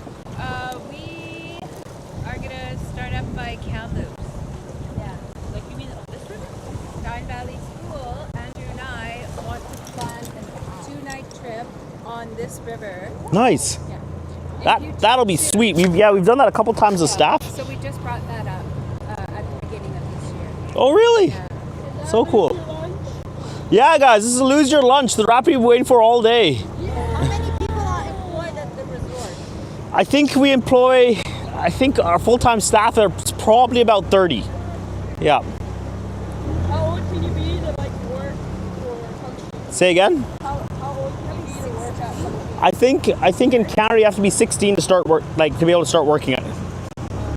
I think you can work from younger, but maybe you need your parents to sign a waiver or something like that. Is it 12? Yeah, but I think our youngest staff, I'm not certain. I think is 16 though. Yeah. It's Sophia, I think. Sophia, yeah. But she worked for us last year as well, right? Yeah. Okay, guys, hold on.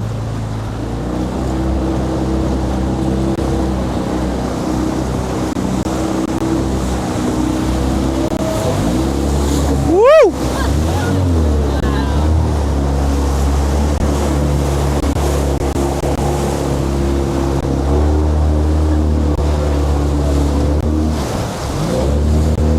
Nice.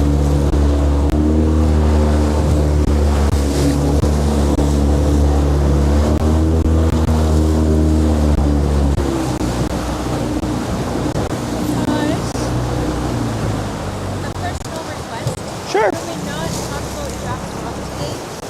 Sure, that's okay.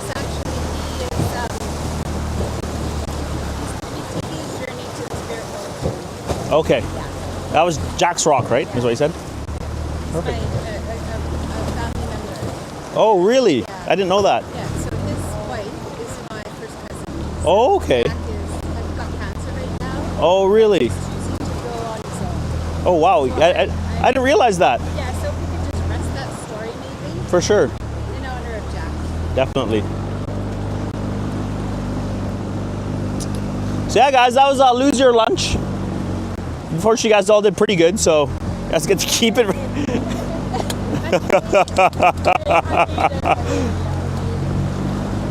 Oh, it started coming up and you swallowed it back down. Nice. Nice.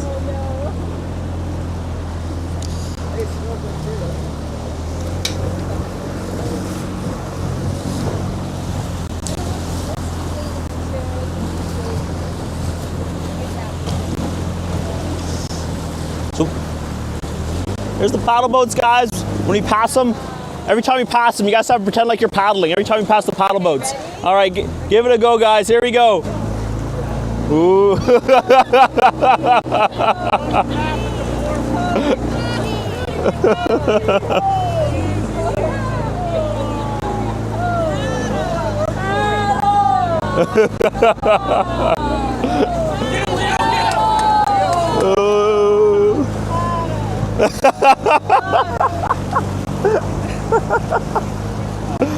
Oh man, I don't know why I enjoy that so much. I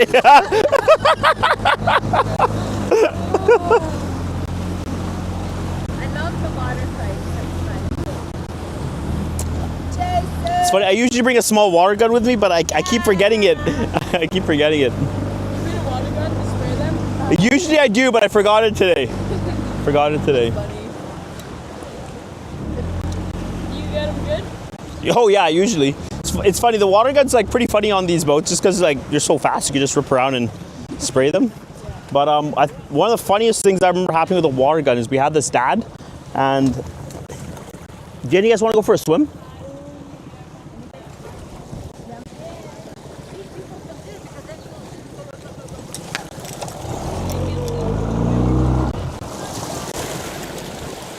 Yeah, if any of you guys would like to go for a swim, you guys can feel free to hop into the water. But yeah, with the water guns, we had this dad and his son. And the dad, I think through this section, the son really didn't want to go in the water. And the dad like picked him up and whipped him into the river. Right? And dove in and swam after him, and they swam back to the boat. And the son was obviously pretty upset. He must have been like 12 or maybe younger than that. And later on, there's usually a rapid we could swim through if the conditions are right. And I offered the swim there, and the son was like, no way. And he jumps up, he runs to the back of the boat and sits down, and the dad jumps in for it. And the kid, he like looks around, he sees the water gun inside the boat as the dad's getting worked by the waves. So he picks up the water gun and fills it up and sprays the dad. Like a wave will hit him, and then it'll wait till after the wave hits him, then it'll spray the dad in the face with the water gun. I'll jump in. I'll jump in if anyone else. I will jump in with those rapids at the end of the kind of arc. Sure. You can still hop in right now. You don't need to wait for anybody else. You can do it. You got this, Hunter. Right here. You got this, Hunter. Oh, it's just water. I thought it was like Yeah, buddy. Woo! get light.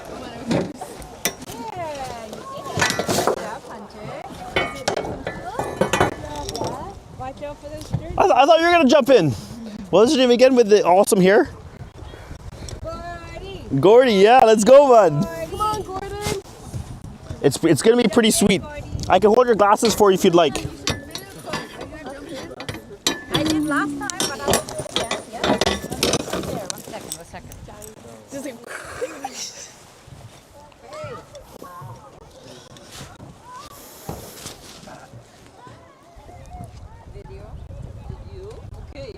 Well, check it out. There's another eagle just up in the tree. You ready? Just to your right, just a little bit upstream of us. Right at the top of the tree there. I watched him and his mate. Their nest is over there, and I yeah. watched their young one fly the nest. Like Aw. you know when they're in their nest and they're just testing their wings. Yeah, hey.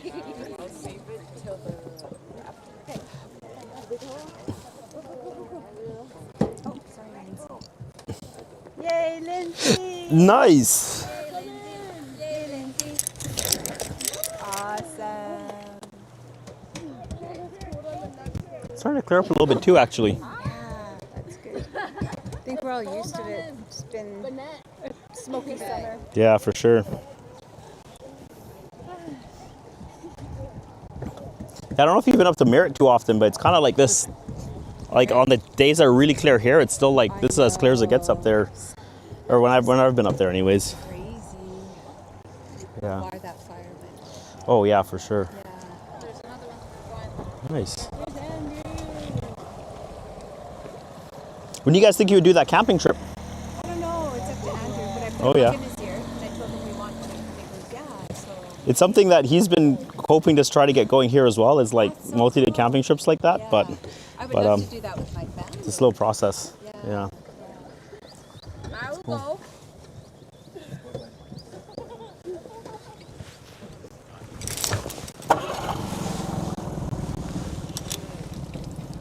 Nice.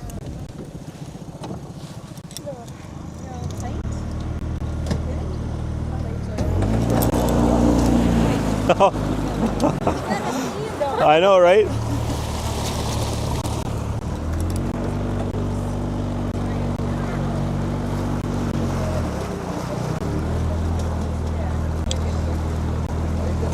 Crazy, guys. So we call this section here the $1 Million Mile. Apparently the section of highway here costs a little bit closer to $11 million to build. Wow. Yeah. One of the reasons why is usually along rivers what they would do is they would actually put down concrete and they would put down corrugated iron on top. The reason for the corrugated iron, it would help reduce the amount of erosion that the sand inside the silt inside the rivers would cause. The problem was the Thompson was so strong that it the Thompson was so strong that as it was coming down during our high water season, it would peel off sections of corrugated iron, and along with that, whole chunks of concrete would fall off into the river along with it.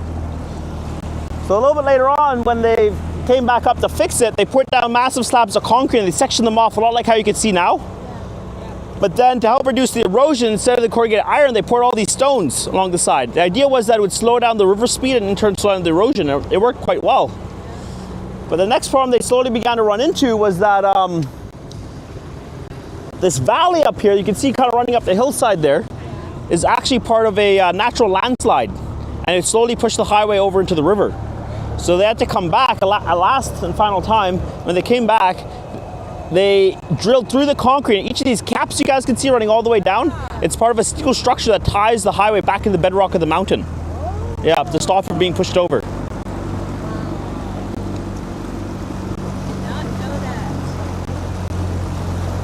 So the Dry Knock landslide, which we passed by the tunnels just before Gold Pan, that one, apparently that landslide can move up to about 3 inches a year depending on the rainfall, which is pretty crazy.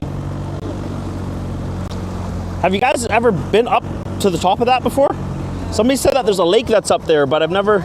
I've heard of it too. Yeah, hey? Yeah. Peter Brown talks about it. Oh, he does, hey? Yeah. Crazy. I thought there was a lake on this side too. That's a good question. I'm not too sure, actually. That's what my elder tells me anyway. Maybe over by Bighorn is what I was told. I don't know. I'll ask her again. Potentially. Yeah. So there's a... maybe not a lake, maybe like a pond or something. So there's a creek that comes out through here that may be fed by a lake. I've never been up there before. So this plateau up here, this actually used to be an old apple farm, apparently. And there's an apple tree up there that's supposed to be about almost the width of this boat, which is pretty crazy. And the main way they would get water to grow a lot of these apples is using aqueducts. So they would siphon water off a lot of the creeks and streams in the area, and they would use these aqueducts to actually siphon the water, and they'd through a trough all the way down to their farms. That's how they'd irrigate their orchards. So the main way they would sell their apples is the railway. They used to have stations just like this, but with a flag. You can actually still see the old flag system up there, right? Just next to the wooden sign, just to the left of it. So the people that owned the farm, they would flip that flag, the train would stop there, they'd load up the back of one of the trains with their apples, and they'd ride it down to the coast to try and, sell their apples. We used to live somewhere on this side of the river after the witches, all those big rapids. Really? Your family used to live on that side. That's what There's actually a bridge that's there, and I'll show it to you guys when we're going down. they would go across that. But just big. Okay guys, hold on!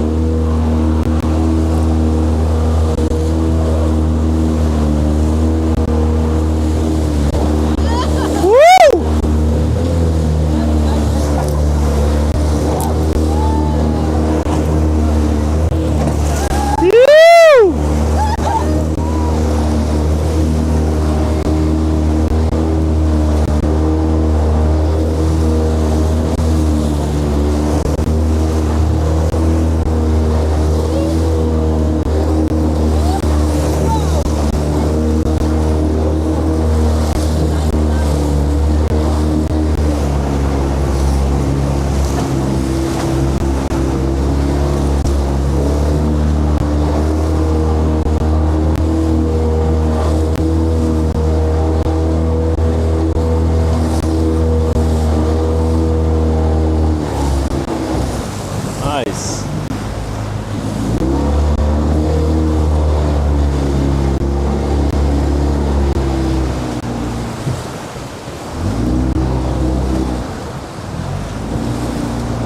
Okay guys, so I'm gonna give you guys an option here. So just after this next couple waves, there's gonna be a second chance to swim. Woo! Alternatively, so you guys could either choose to swim, or we could watch the paddle boats. They're gonna practice flipping the paddle boats upside down and bring them back upright. What do you guys think you'd rather do? You guys wanna watch? Okay, cool, that's what we'll do then. So that aqueduct that I was talking about, can you see the plateau that's up here? So that's where the aqueduct went. Yeah. So, and I was asking Bernie actually, I was asking him where this creek comes out from. I guess I could look on Google Maps or something to try and see. And he says he's not too sure. He thinks there's like a small lake or a pond that feeds this. What are they gonna do? So the paddle boats, they're gonna practice flipping them upside down and bring them back upright. Oh. Yeah. Yeah, it's a pretty cool thing to see actually. Yeah.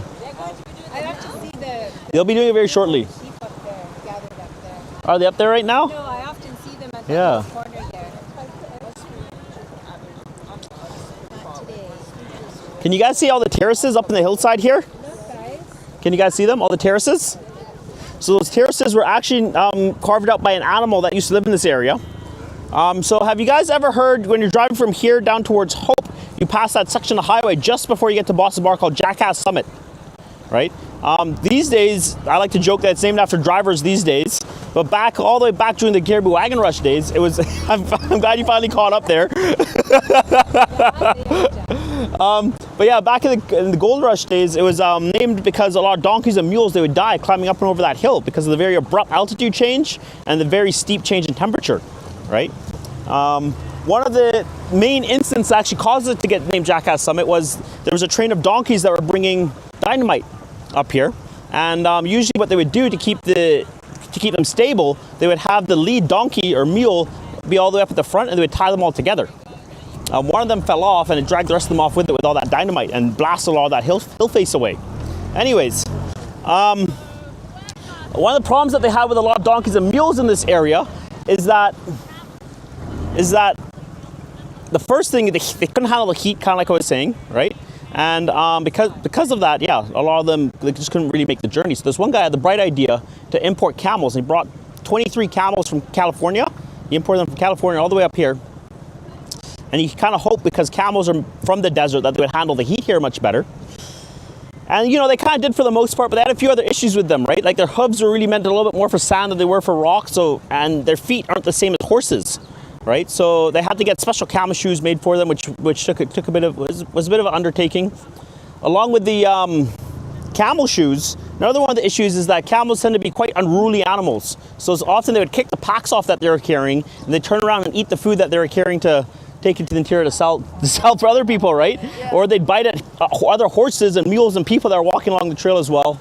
So after a couple of years, when people had enough of them, they took all these camels, they put them on a raft, and they shipped them to the far side of the river, hoping that they would die out over the winter. Strangely enough, they survived, and they thrived quite well over there.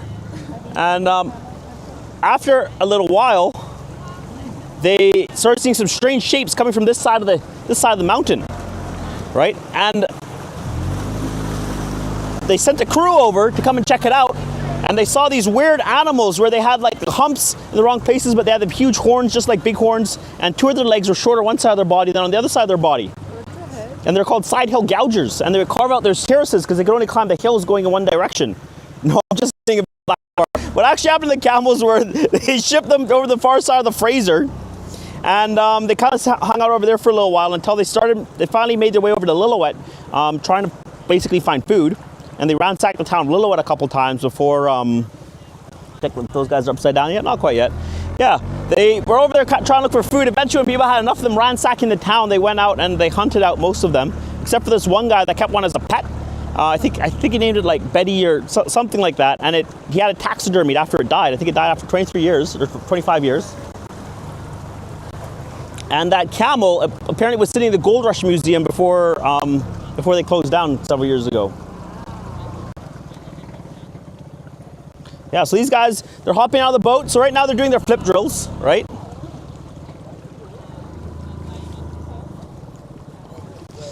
all trips do that? We try to do it on as many trips as possible. Sometimes there might be a few factors that don't really allow us to do it.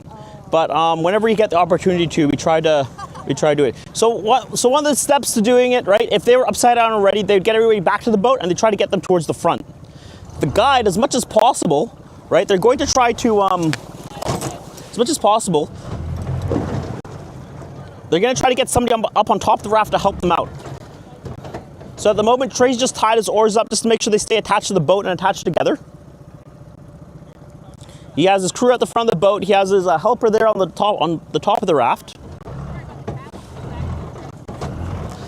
And you can see that they're both holding on to their two ropes. So they're going to stand on one side of the raft as they're holding on to those ropes, and they're going to get everybody in the water to let go at the same time.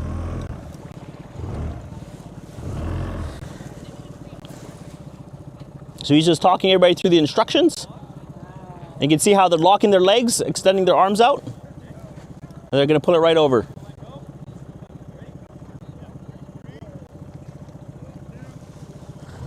Let go. Nice. And you can see Teslin's doing the same thing a little bit farther upstream. Trade's climbing up on top of the raft.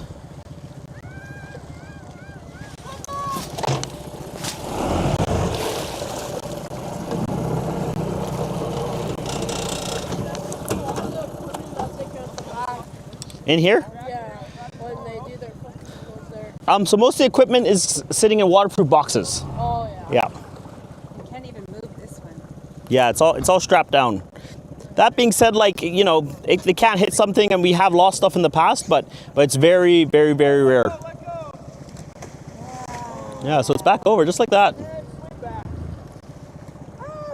And as you guys saw, like the whole thing, like once everybody was in the water, took less than a minute, right, from to climb up on top.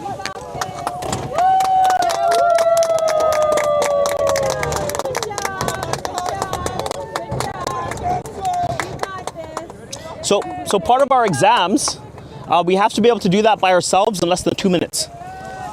Yeah. You got this. Good job. Good job. How would you flip this one back over? A lot more brute force and ignorance. So usually we practice flipping these like once a year. We do a special training day around motorized rafts, like picking people up that fall out of these things, flipping them obviously and swimming underneath it, paddling one if we have to paddle one. And usually it takes about 10 guides to flip this boat upside down after we've removed all the equipment. That being said, kind of like I said on the bus, the last time we flipped one of these, apparently commercially on the Thompson here, was in the 1980s on a commercial trip. Yeah.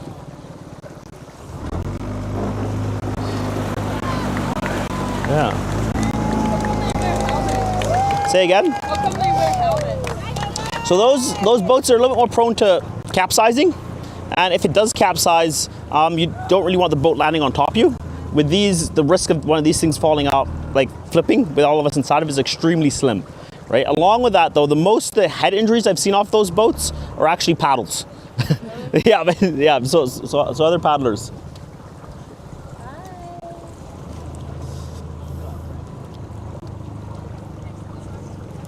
Cool. That raft looks like it did too much. Yeah, so that's one of the older styles that I was talking about. So you can see it's tied together using those metal frames, and the straps are kind of all what's holding it together. Whereas this one is, the entire frame is one piece, right? Yeah. So the straps are exactly the same on that boat as there on this one. The only difference is that that one's built out different segments, whereas this is one big piece. Yeah. Yes. Going to go the next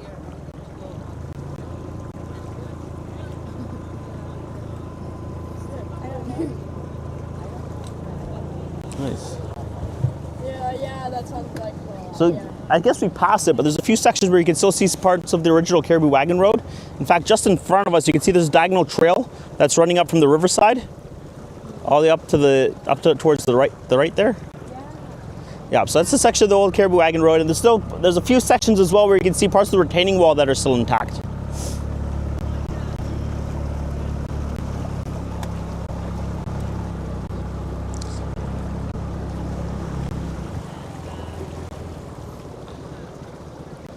Nice. Say again? You can hang on if you'd like. This one's going to be a little bit smaller right now.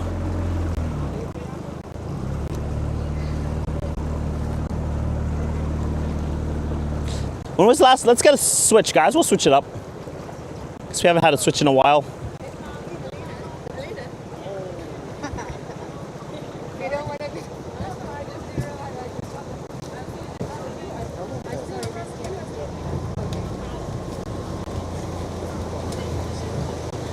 Nicely done, guys.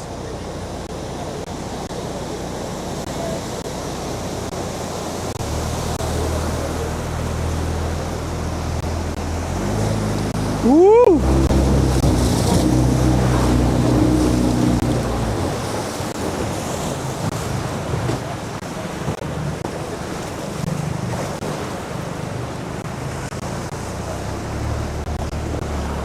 Yeah, that's the spare outboard on this right stern.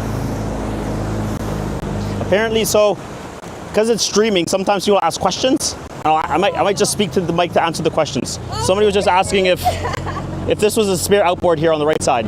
So yeah, that's where it is. The world? No. This is like on an app or something. No, it's on YouTube. Oh, YouTube. Yeah, it's on YouTube. So we're live on YouTube. We're live on YouTube. Oh. Yeah. So I guess we'll see. I'll turn around here. We'll see if we can see one on one of the other boats.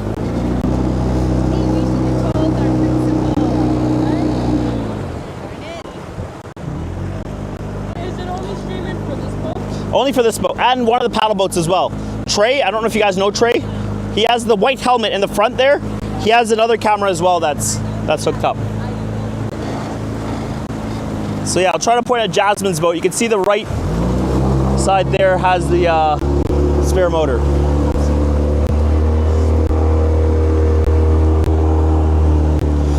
So yeah, so we're gonna stop at a few places just to wait for the paddle boats, right? Just so that, you know, if they do have a bit of excitement where they're kind of there as their backup.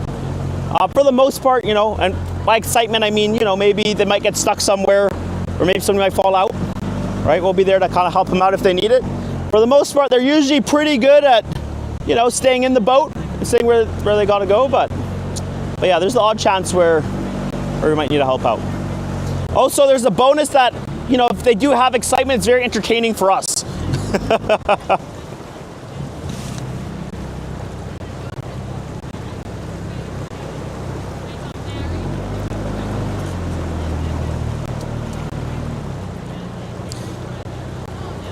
Hunter, do you think you can help me out by lifting the ladder up and passing it to the back, please?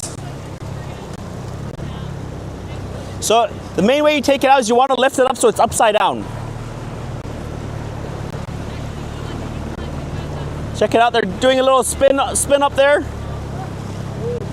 Woo.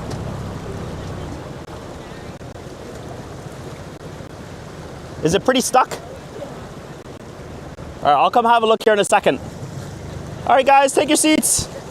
Sit down, guys, sit down.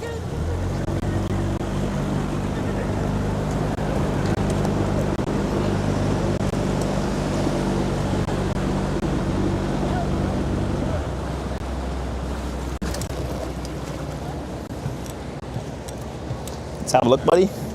Sorry, guys. Oh, yeah, just tilted a bit. Usually when it's like this, it's because this part's not quite sitting all the way down. So the best way to fix it is just with a little tap, and it comes right up. Nice.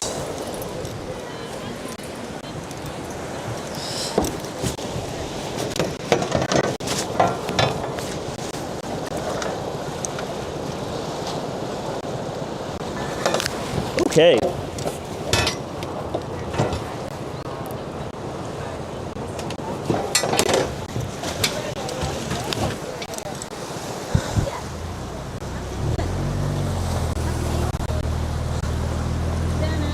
So Karen, you might remember when we were talking earlier about this being a glacier, and as it would melt, the time periods where there's a river, you would get all those rocks that would get lodged into the hillside here. You can see them up there right now, right? So, and the way they could tell by the direction that it was flowing is that rivers tend to want to flow in a straight line. So most of the debris, it'll push to the outside corner of a bend. So depending where that debris lands, they can kind of guess more or less what direction the river would have been flowing at that point in time. Yeah.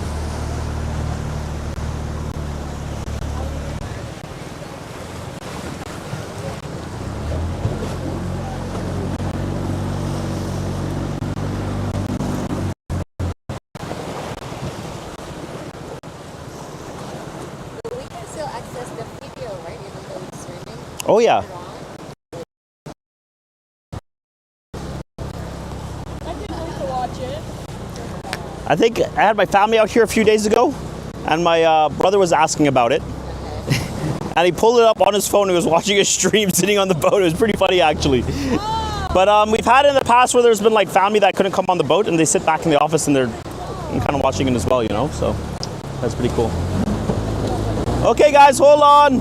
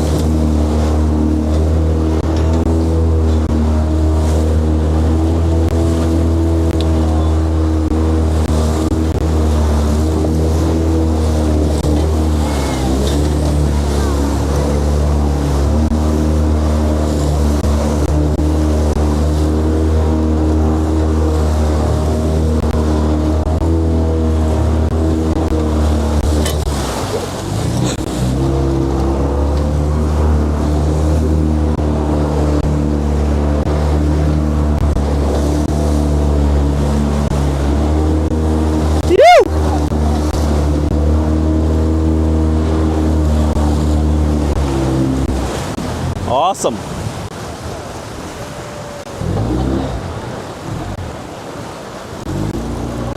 So yeah, that's a piece of railway track that would have fallen off. And a tire.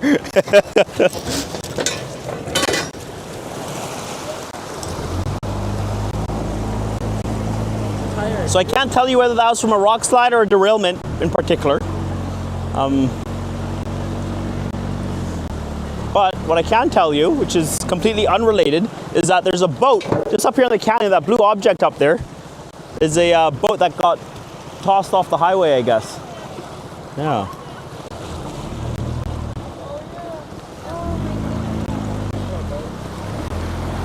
Yeah, I don't quite know the full story behind that boat, I also haven't quite made one up yet.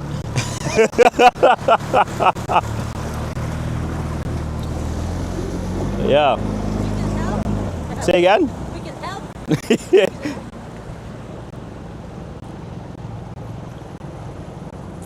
Yeah.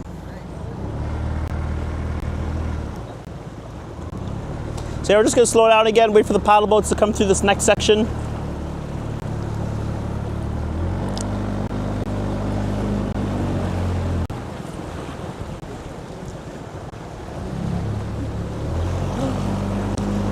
So it's pretty cool as well. Yeah, what was that, sir? Hold on when they go through the rapids. The paddle boats? Yeah. So they actually hold on with their feet.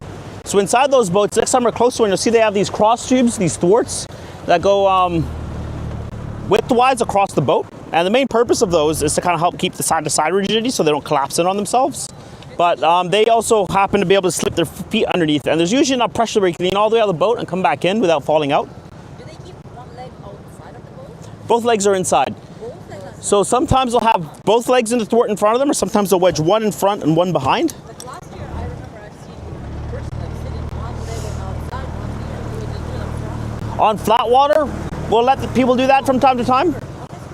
That's what I'm saying. When it's a little bit flatter, like now, we'll let people do that. But when we're going through really big waves, we don't let them do. You don't usually let people do that, just because it's a much more of an unstable sitting position. Yeah. Yeah. For the people sitting in the very front that wouldn't have a thwart, there's actually little foot cups. There's a special piece of fabric that they can slip their foot into that will help keep them in place. Just like that. I take it you've done it before a couple times, hey? Yeah. Oh. One time we did it and our guide spoke, but it wasn't like a paid trip. It was like a guide trip. Oh yeah. And luckily his girlfriend was a nurse because He got gashed in the head, a little cut in the head, hey? We had to pull over on that side. Oh, wild. Yeah, river right. River right. Yeah. Do you know where it happened?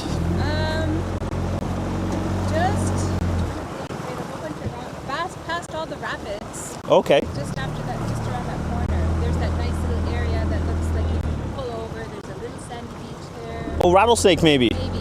Yeah. I'll point it out when we get there. Sounds good. Yeah. I don't know if Andrew or Brayden would know about it. Probably not even Bernie. Yeah, hey? Crazy. Big Wave Dave's times. Oh yeah, way back then, hey? Say again? Yeah.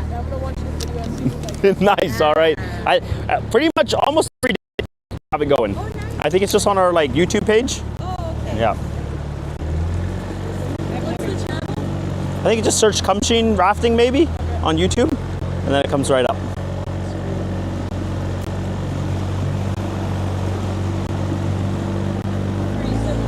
All right.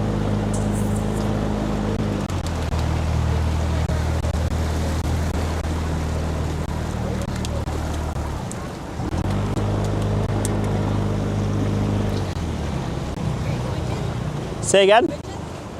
Not yet. After this one, we'll switch. I think the last one was pretty small. This next one's going to be small as well, so we'll try to keep it even. Yeah, it helps to keep it a little more even. Just as we come around this next bend, we have Carnage Corner up here on the left. The reason why I call this Carnage Corner is a lot of semis have flipped over the years coming around the bend here on the highway, just up here. And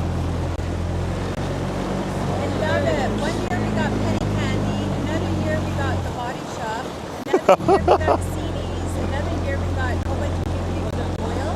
Yeah, hey? But the best year was the body shop. The body shop, was it like... Body butter. Oh, really? That's awesome. I didn't... Tons and tons of body. I'm gonna have to remember that. Yeah. Okay, guys, hold on.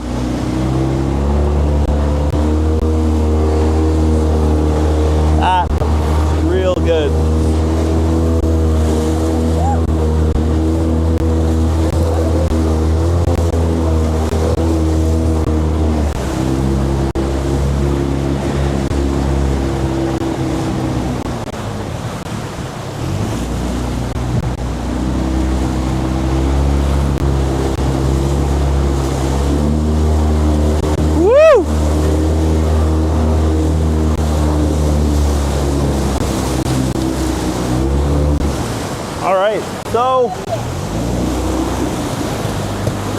is Carnage Corner. If you guys look on the left side of the river relative to the boat, you can see that there's this slight foam pile on the left there. That's a feature in this rapid that we call the Superman hole. The reason why is that the paddle boats hit it just right. It's been known to launch the guides off the boat. So we'll see how these guys get on. We'll hang out down here to bear witness.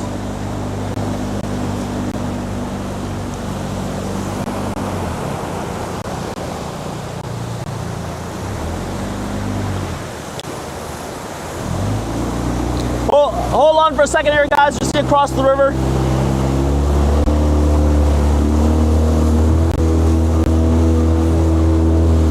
Sweet, and you guys can relax. There we go. So Trey's just missed it to the right. Testing to the right as well. Beautiful. Yeah, sometimes all these features can be quite hard to hit. One of the reasons why is the water current doesn't really flow in a straight line above it. It kind of either veers off to the left or off to the right. So sometimes predicting that current can get a little bit tricky.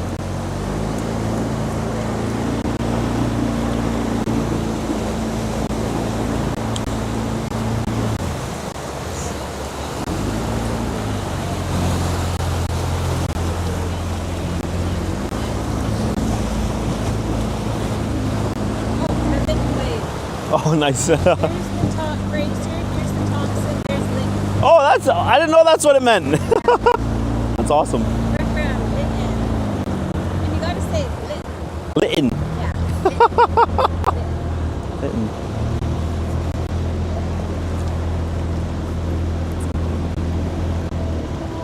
It's funny, we were like, a bunch of us were saying that it's really curious how there's like a specific accent to this area as well, you know? Oh, yeah. There's like not a lot of towns in Canada that you could pinpoint an accent to, and this is definitely one of them. So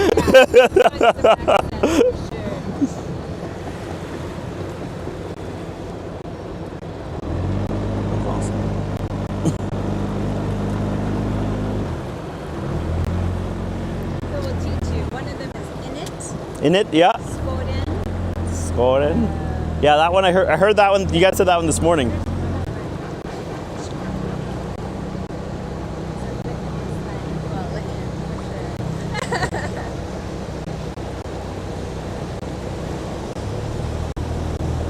So we're coming up on Nickamin Creek here. So as you guys probably know, this is kind of where the second gold rush was started, was because of a nugget of gold that was found in this area. Apparently it's about the size of a fist. It would have been equivalent to about $350,000 today.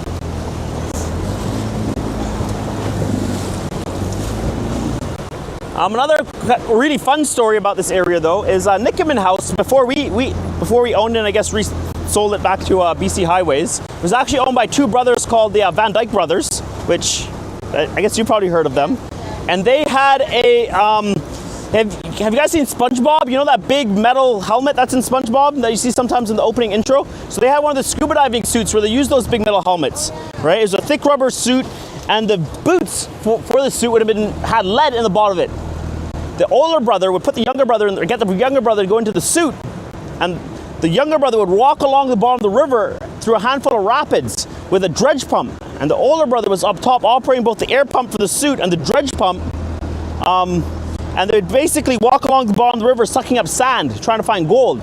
Their theory was that as a lot of that silt sits below some of the especially turbulent rapids, what would begin to happen was the lighter metals would float to the lighter objects would float to the top, and the heavier stuff would sink towards the bottom, and the sand would self-filter itself out away from the gold. Yeah. Apparently they owned it for I think 35 or 45 years before they eventually sold it to us. So they must have been finding enough to decide to keep a hold of it, right? So they used to go under this river? Say again? They used to go under this river? They would walk along the bottom of the river. Yeah. Yeah, it's pretty crazy, right? The specific rapid, you guys will pass it not too long, that I've heard about anyways, was they did it all over the place. They did it here in Nickamin Creek, but also down at the cutting board. I think a lot of locals know that rapid as the meat market because of the amount of fish they could catch there. Yeah.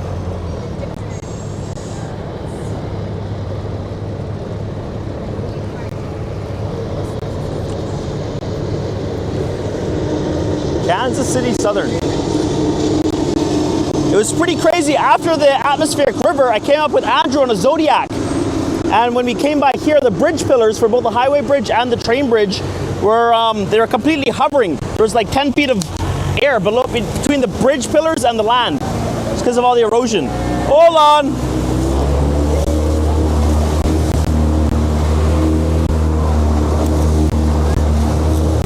Woo!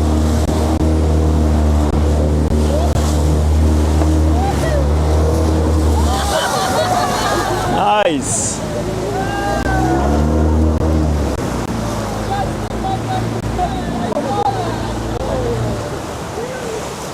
Pretty big splash there. Let's get a switch, guys. We'll switch it up, switch it up.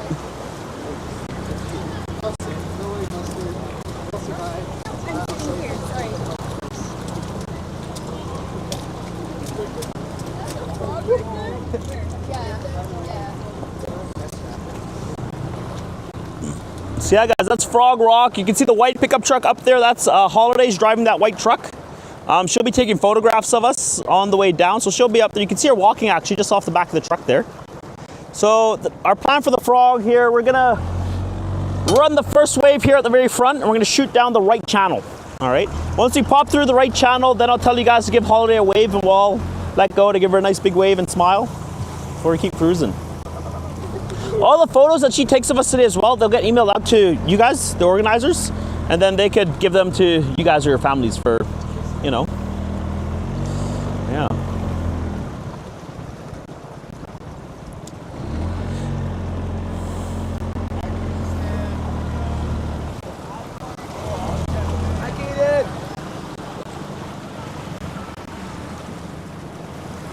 Jason.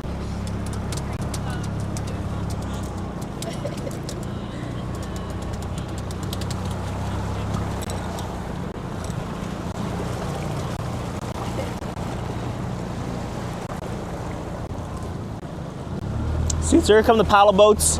Again, we're just slowing down, giving them a bit of time to catch up here. Oh, do you guys hear the osprey chirping? Oh, he's on top of the radio tower.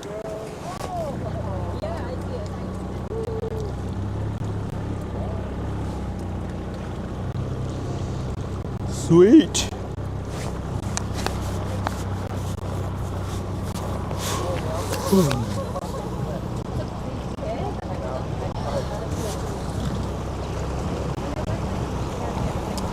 Alrighty then.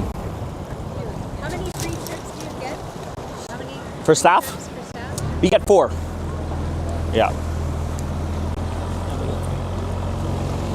Then we usually get like a discount on accommodation and restaurants and yeah. Back in the day, we had uniforms that we had Oh yeah. shorts and blue tops. Okay, we still have something similar. I think these shorts pretty much and blue staff t-shirts. Yeah. The clothes were good because they were Valhalla back in the day. Oh, there's still some of that stuff kicking around actually, yeah. Valhalla pants. Oh yeah, I think two or three of us have some old pairs that got left behind actually. Vintage. They're real nice. So it's funny, a lot of the older gear like that, like we find it to be a lot more durable. Like the splash pants that we had when I had first started out, I guess there was much thicker materials, but back then, I guess they were a lot less worried about weight, and now they make everything a little bit lighter, you know? That being said though, like hold on guys.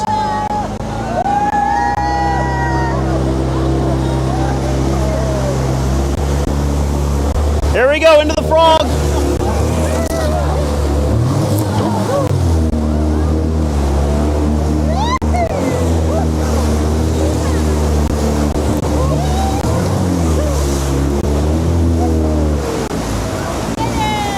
Woo, nice. Awesome, guys. Let's give Holiday a wave when she starts looking at us. There we go. Beautiful.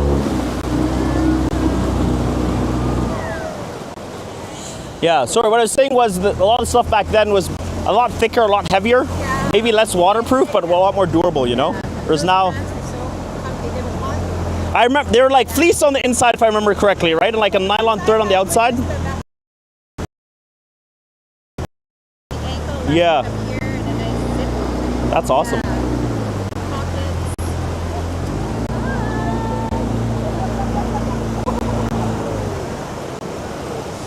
cool. So we have these guys coming down the frog now.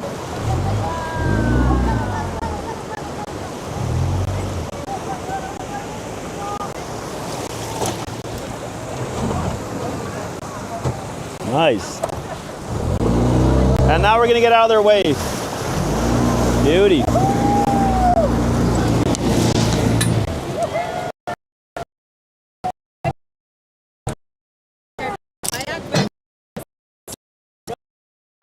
Like cement. Oh, on the oars? I've tried the oars with kayak, and it felt like when I lifted them up to go in, it felt like I landed on cement. It's real heavy. And then you have to be very strong to do that. Yeah. The oars are really heavy. Sweet guys, let's switch it up, guys. Switch it up.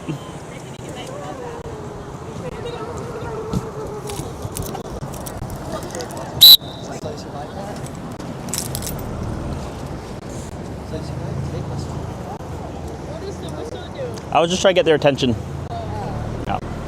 Yeah, so I basically told them that we're going. I just put my arm straight up. So the main way we communicate is using our whistle blast and hand signals, and that's one of the signals. It's let's go. We did at the pool too. Yeah, hey. I was a lifeguard. Oh, nice. Yeah, so we have hands in. Okay, hold on. This next one here is called the washboard.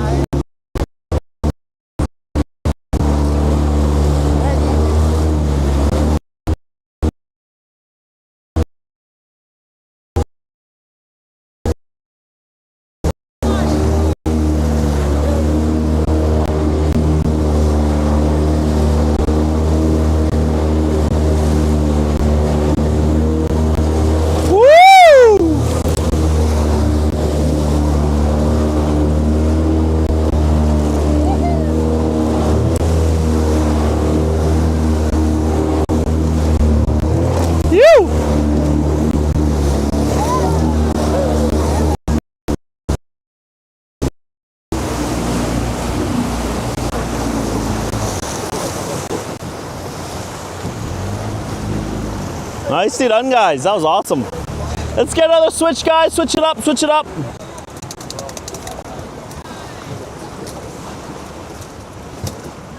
That was that bad. Holy, you're soaked, eh?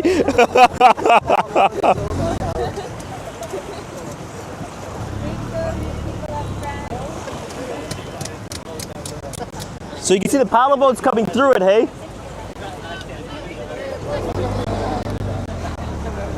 So this next little one here, we call this Green Pools, and it's shortly followed by the Devil's Kitchen. So the kitchen's gonna be pretty big. If you guys are looking back through there, we'll lose sight of the boats behind us.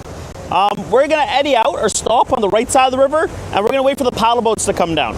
So the way the kitchen's set up is we have the Rocky Mountaineer. Check that out. My favorite.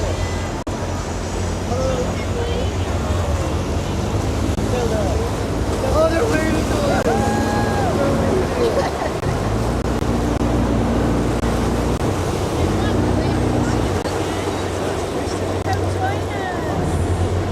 We take a group of their guides down every year as well, actually. I don't know if they've come yet this year.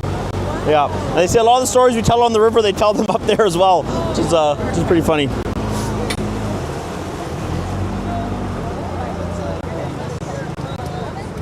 So guys, what I was saying was, so this is what I was saying, right? This raft, the way this one here is set up, is that it starts off with 5 or 6 huge waves, and then it begins to turn to the left. As it begins to turn to the left, a large whirlpool is going to open up, and we're going to try to avoid that whirlpool. All right? If we hit it, it'll be just like hitting another wave. The paddle boats, however, if you've ever wondered to see what a boat looks like getting flushed out of a toilet, then we might see that today. All right, hold on, guys.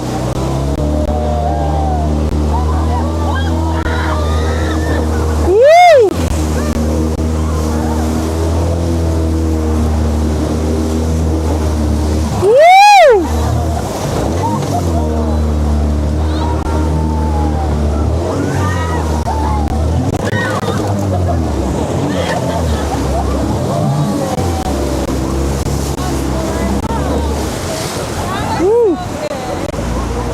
That was awesome.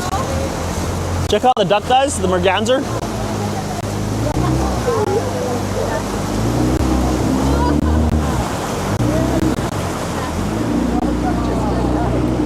right, guys, so here come the paddle boats now. Last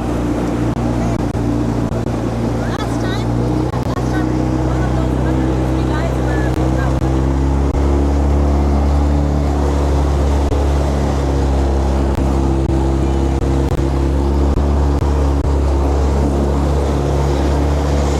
So yeah, so we're gonna be waiting down here. All right. Yeah. So you'll notice as these guys drop into this set of waves, we're gonna lose complete sight of Trey in the first boat as he drops over that first hump there. So the reason why we'll be waiting on this side is there's the odd time, you know, if they have some excitement, that the boats might wash over, or a person might wash over to this side. So we're gonna wait on this side of the river. The other motorized rafts are downstream on the far side of the river.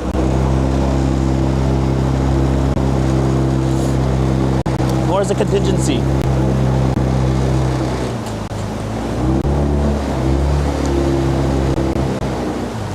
So here they come, and they just skirted just around the whirlpool there. Right, beautiful. And here comes Teslin as well. Nice. They made it look real easy, hey? Yeah.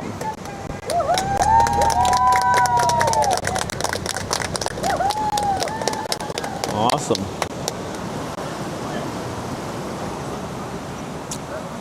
So yeah, so that's the Devil's Kitchen. All right, some absolutely massive waves. Coming up just downstream again, guys. So we have the cutting board here. We're gonna be going down the left side of the cutting board. When it comes to the cutting board, the reason why we go down the left side this time of year anyways, is that the right side is slowly turning into a huge recirculating current. So if you guys look over down the right side, you can see there's a horizon line, right? It tells you that the water is taking a very steep descent here. Along with that, occasionally you see this wave splashing up, right? The elevation change between this side of the rapid and the far side of the rapid where we're going to finish is probably about 10 feet tall. So at the moment, that's probably the most powerful rapid on the river, is the right side of the cutting board. So to avoid that recirculating current, we're going to be going down the left side here. One of the sweet things about the left side of the rapid as well is Holiday. She gets some really cool close range action shots. If you guys look on the rocks, you guys can see all Holiday there. She's going to give us a big old wave. Okay, guys, hold on. Give Holiday a wave, guys. Give Holiday a wave. Or not. All right, guys, hold on.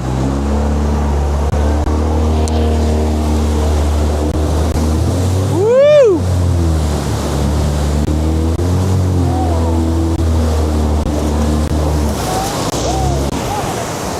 Nice, easy as that.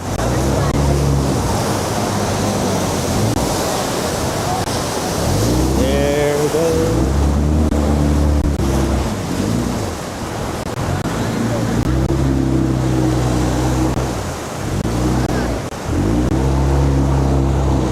Pretty sweet. So there's the cutting board, guys. So that's what I was saying, right? It's turning into a slight waterfall.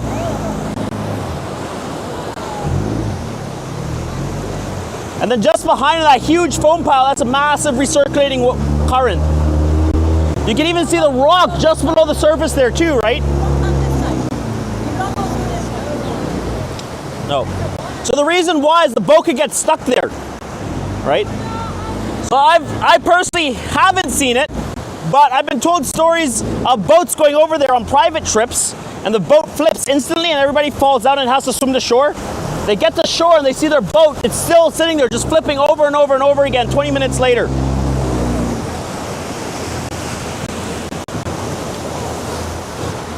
Yeah. You know, the paddle boats made it through. So that one there was the cutting board. Next up, we've got the garburator. So the garburator this time of year is a little bit smaller. It's lost a lot of its power, but it turns into probably one of the biggest boils on the river.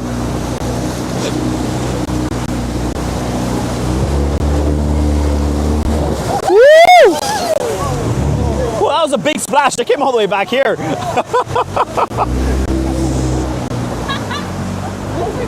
So boils, If you guys look against the rock, and even off the left side of the boat here, you'll notice it looks almost like the water's boiling. It's like pushing up in the middle and sucking down around the outsides. That was awesome. So you can see it here as well, a little bit more defined. It looks a lot like boiling water here. So that's just the water current pushing straight, releasing its energy by pushing straight up.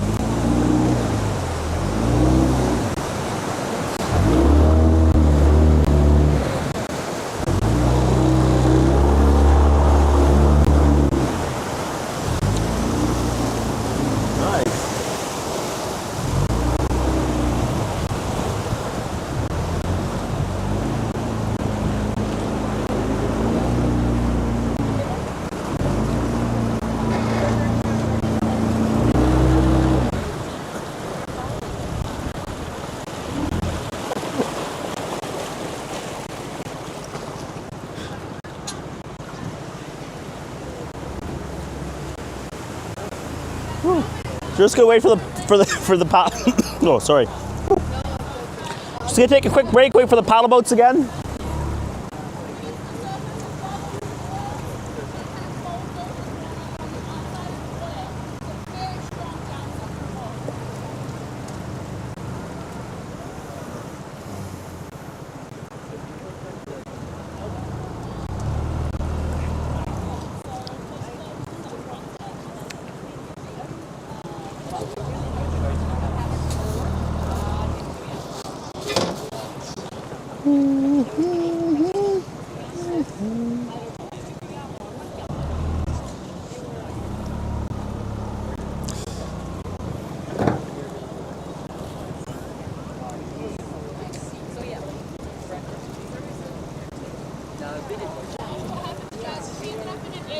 Oh. Okay. What is? Hang out.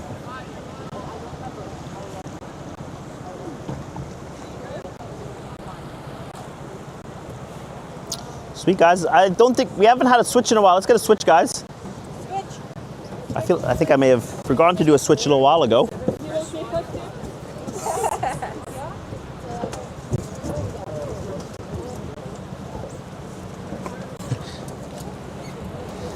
Another question somebody asked was if a raft has ever hit, I think, of the walls of the river or big rocks. It does happen from time to time. It's quite rare because most of the current inside the river tries to push all the water back towards the middle. But especially large rapids, it can happen. The boats, they're built pretty tough though. These newer boats, there are several layers of Hypalon, so it's fairly thick. The older ones, I believe, are 3 layers of neoprene and Kevlar, laced back to back, or layered back to back. So they're pretty sturdy. It's very rare for us to even pop a raft hitting rocks, but it can happen. Up here on the right, the bridge I think we were talking about earlier is just up here on the right. Yeah.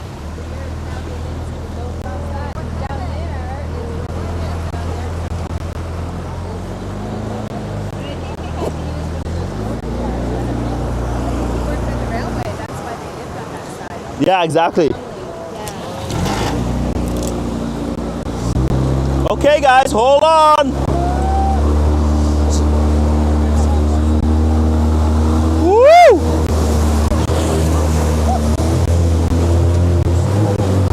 This one here's Witch's Cauldron.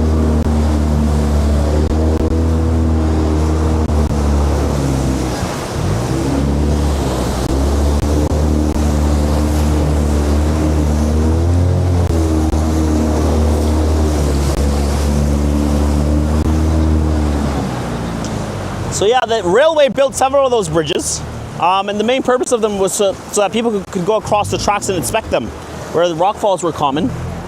Now they use avalanche sensors. We passed several a little bit higher upstream. We'll see some more a little bit later on. I guess we call the next section of river just after Jaws. We call that Pitquah Canyon. Apparently it's named after a family that used to live in this area. And they apparently, in Bernie's book, he says that there was a journal that one of the kids was writing when they were walking up and down the tracks. One of the most dangerous things that they found over there was actually rattlesnakes. Rattlesnakes love hanging out near the tracks for the ambient heat, the heat that they nose let off. So. The meat market too. There's some rattlesnakes over there, I've heard. Whereabouts, sorry? Over at the meat market where they do fishing. Oh yes, Yeah. all over here, all over the place along here. I've never really seen one like past Kumsheen, but I've seen them tons up this way. Yeah, Warren Yeah. and Loring Way, I don't see them there either. Yeah, hey? But at St. George's, where the school is, oh yeah. Oh, they're pretty common down there. There was a habitat there, or a den there that they disturbed to go put those temporary homes. Yeah, hey?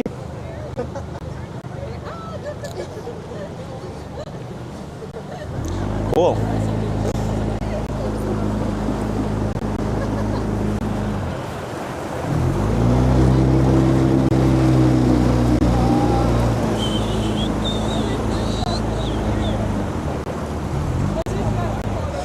This is a combo rapids. This is called the Gums of Life, and it's shortly followed by the Jaws of Death. Yeah. I've been told from Trey, who was out yesterday, that the Gums, in fact, that wave right in there that you can see, we call that the Pacific. That's probably going to be one of the biggest waves in this rapid today. Yeah. Tomorrow might be a different story. On the right side through here, there's another feature we call the Bus Eater. We'll be avoiding that one this time around. Hold on. There you go, guys. That's the Bus Eater right there.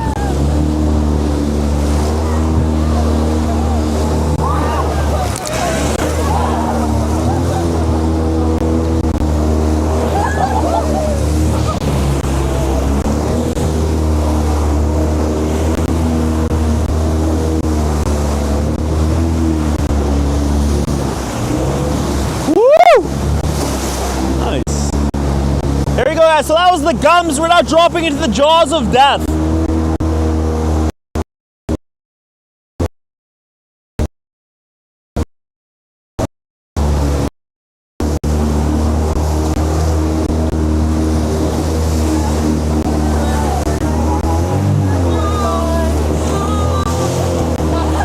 Woo! So again, we're gonna. Woo! Nice. That was awesome. So we're going to sit here as downstream safety for the paddle boats again. All right? Or upstream safety, rather. I was just looking over there. I almost your glasses almost Sweet. So yeah, that was the Jaws. Let's get a switch, guys. Let's switch it up. Switch it up.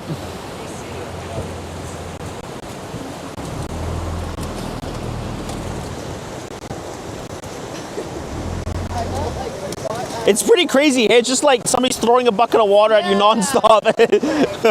Waterboarding. Here come the paddle boats.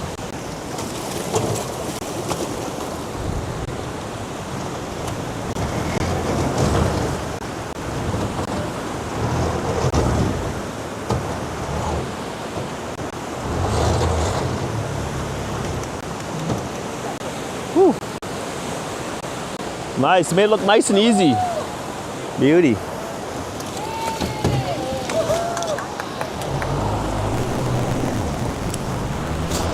All right, guys, hold on. So,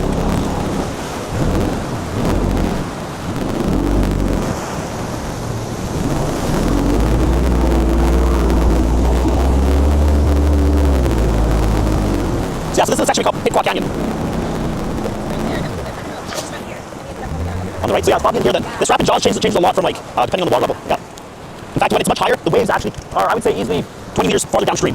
Yeah. And much bigger, obviously. Yeah. Okay. I think it's going. Yeah, it looks like it's going now.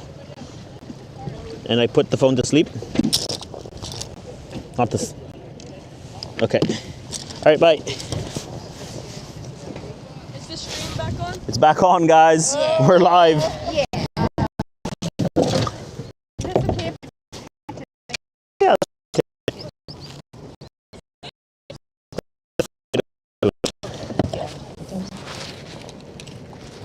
I've got it active if anybody wants it. you guys ever seen the upside down vehicle up down here? Upside down car? Can you guys see that? See, just through the trees?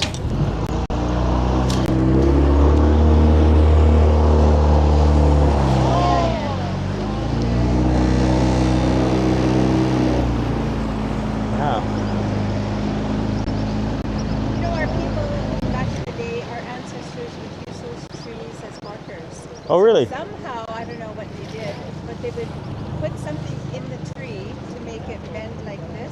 Okay. That direction. So if you ever see any trees like that. Oh, wild. At the bottom, where they could reach. Yeah, hey? This. I know with coconut trees, so coconut trees get blown over quite frequently. And when they get blown over, the tree will start to grow back upright again. So often you get trees that have like zigzags in them depending how they've been blown. Right. So yeah, you've seen that before as well, right? Yeah. Yeah.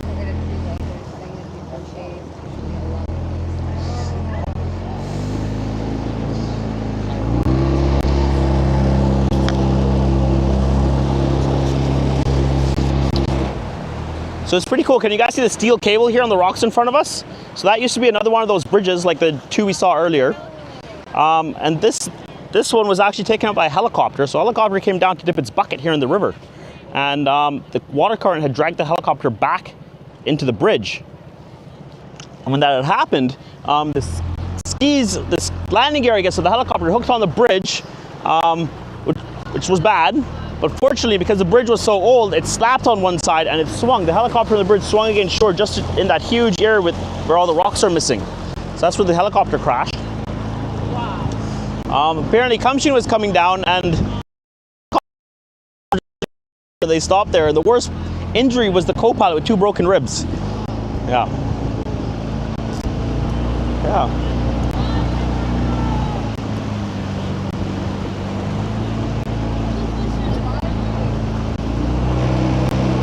Whoa.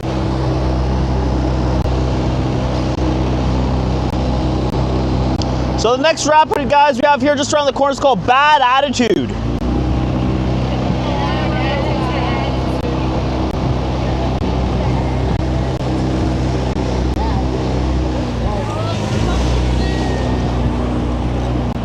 So this one's going to be a pretty big one, a massive wave train, guys.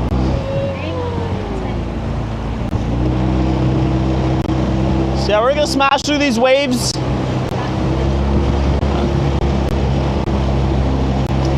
Let's start on this side. Hold on, guys, hold on.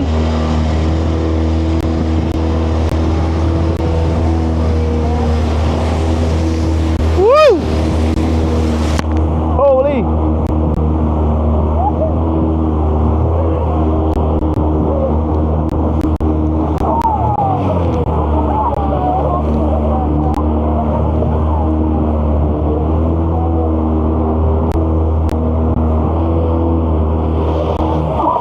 Holy! Woo!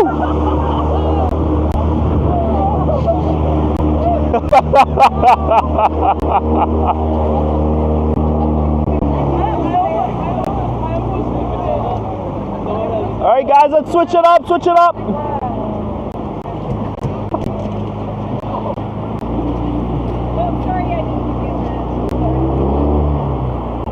All right, where do you guys think it? Should we go to the left of this rock or to the right of this rock? On the right side?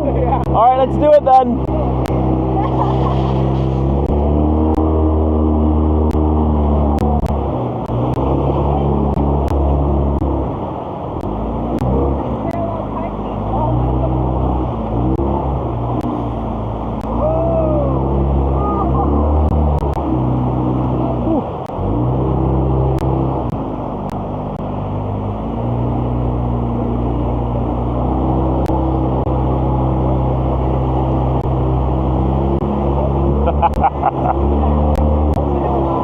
Are some of you guys feeling a little bit chilly? Alright.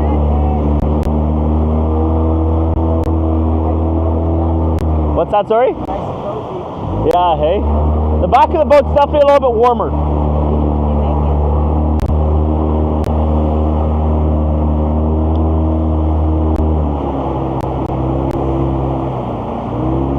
So this rapid here is another constriction rapid. You can see how the two rocks and just the sloping of the banks is forcing all the water down this narrow funnel here. So it's the mixing currents and the change in gradient, the river getting steeper is what's forming this rapid.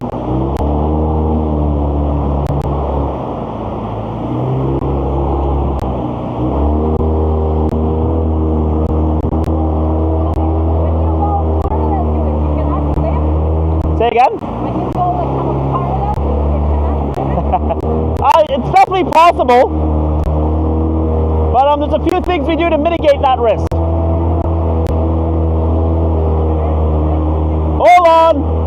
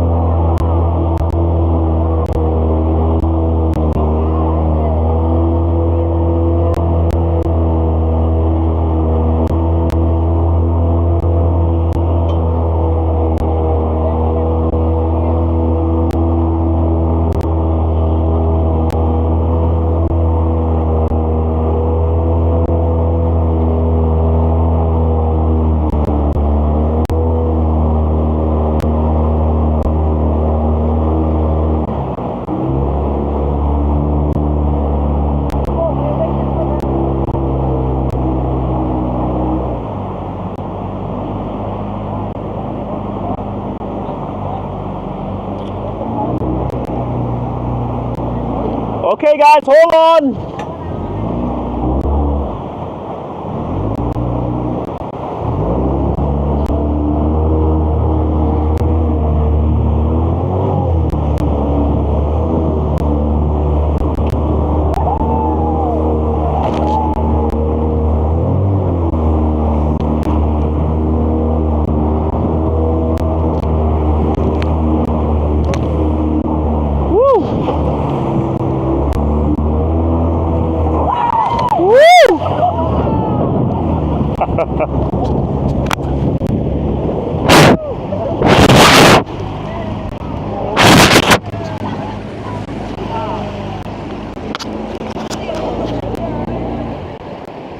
Okay. That was a lot of water, hey? Question. Let's hear it. Have you ever been kind of a little bit knocked out of the water? If I've ever fallen out of the boat? Like even drunk or something? Fortunately for you guys, I can't swim. So I do a pretty good job at staying in the boat. No, I'm just kidding. I can swim, but I've never fallen off one of these. Yeah. Well, you are brave.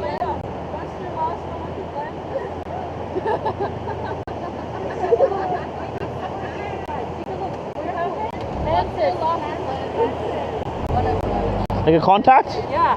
No, first glasses.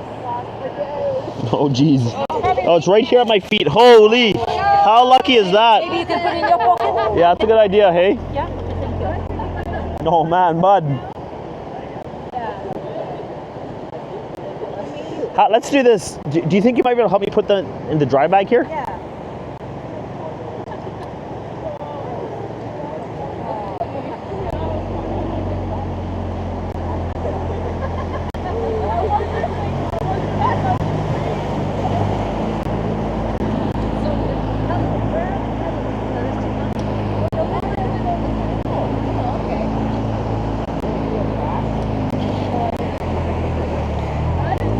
Sweet, here comes Ali.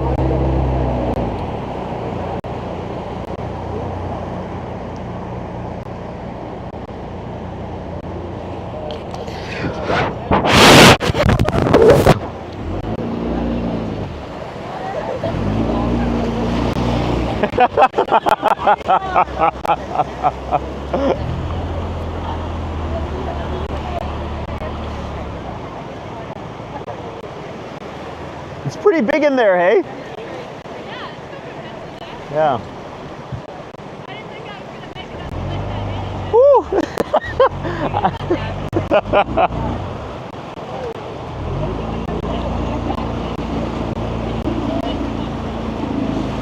Thank you for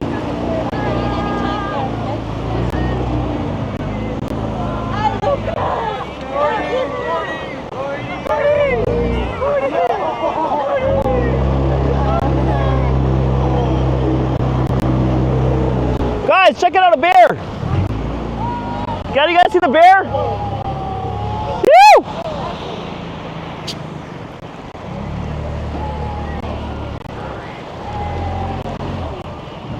Check him out.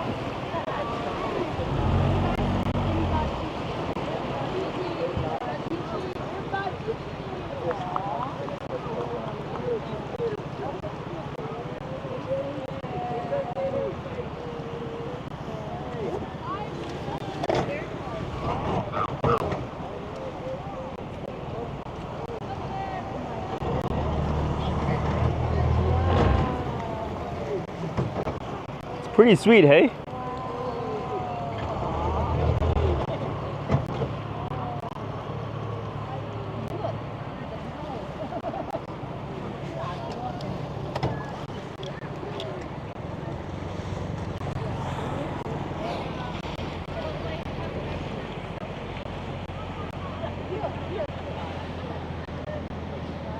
I don't think it likes us. Yeah, that's Connor there. That's one of our raft guides in a bear costume. No, I'm just kidding. That's pretty sweet though. Nice. Remember, brings up yellow.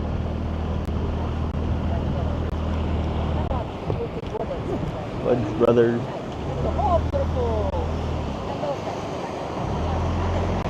That's awesome. Hey, he's so relaxed too. That's so cool.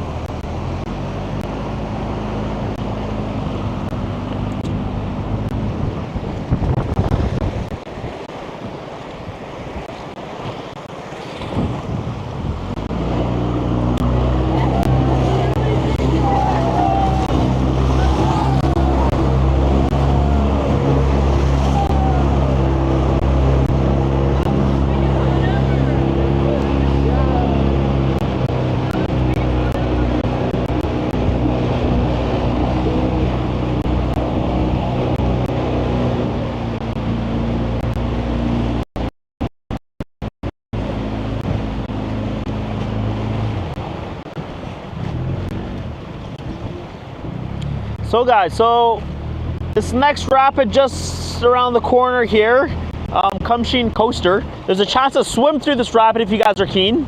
Is anybody keen? Let me ask this, who does not want to swim through the rapid? Everybody's gonna hop in the one, okay. So the way this swim's gonna work is, guys, I'm gonna put the boat to neutral. Okay, I'll get you guys to hop off either side of the raft, and you guys just make sure holding on to the boat. All right, we're gonna be floating through the waves. Once you get to the bottom of the raft, I'll put the ladder out, then you guys can climb back in. Okay, and when you guys are floating, remember, breathe in on the way down and out on the way up. What was that, Hunter?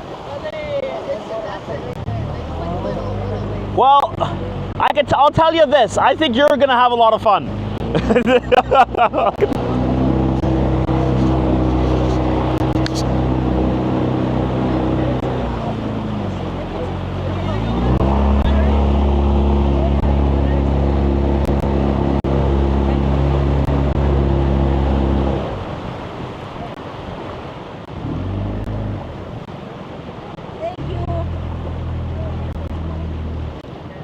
Beautiful, guys.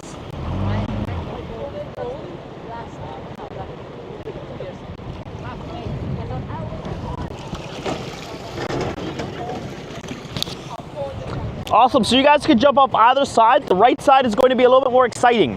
The left side is going to be a little bit more chill. Oh. Swim back to the boat.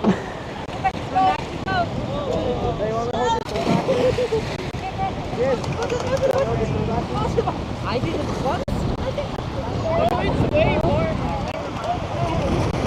Look at his face.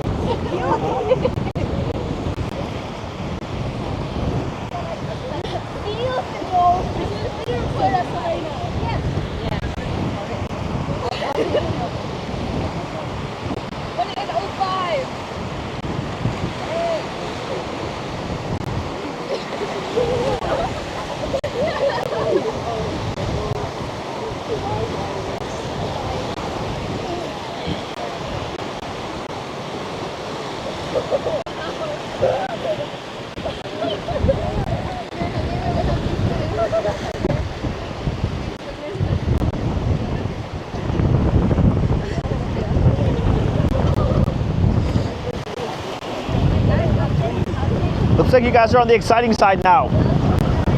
Oh yeah. Woo!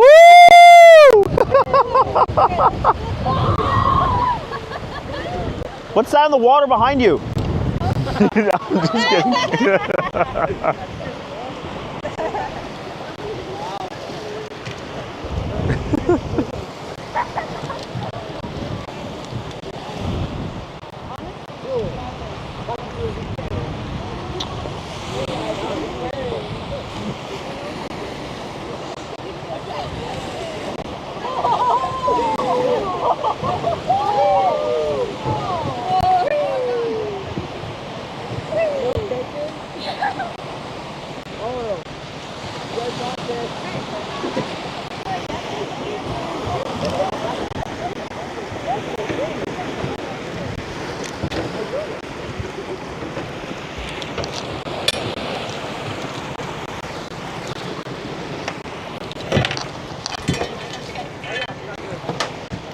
Absolutely fantastic.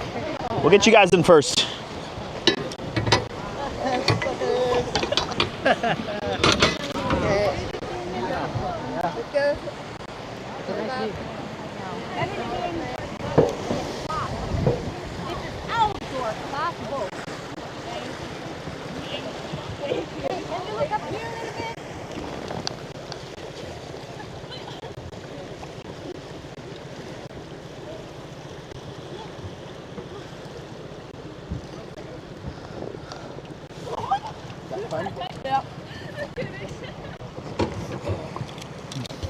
Do you want to help me out with the ladder again, bud?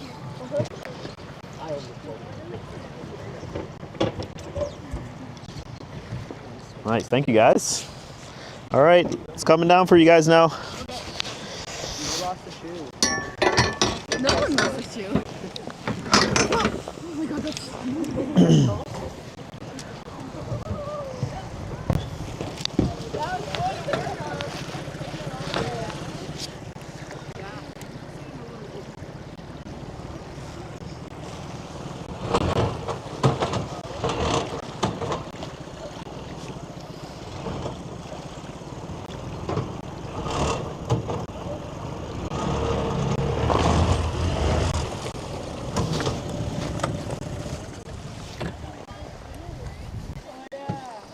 Check those guys out. No ladder. Oh well. Sweet, we'll start getting you guys to climb back in. You wanna go through? Or you can. Go ahead.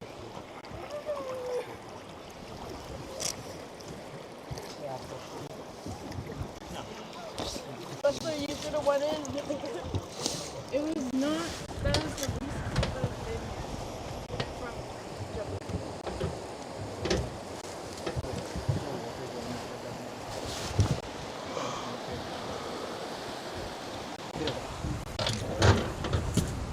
Got these pretty cool sunglasses.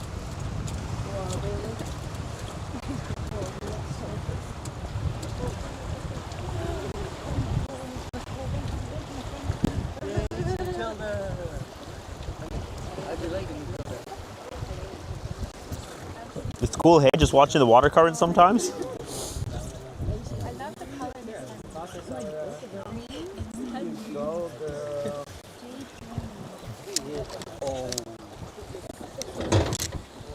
Okay.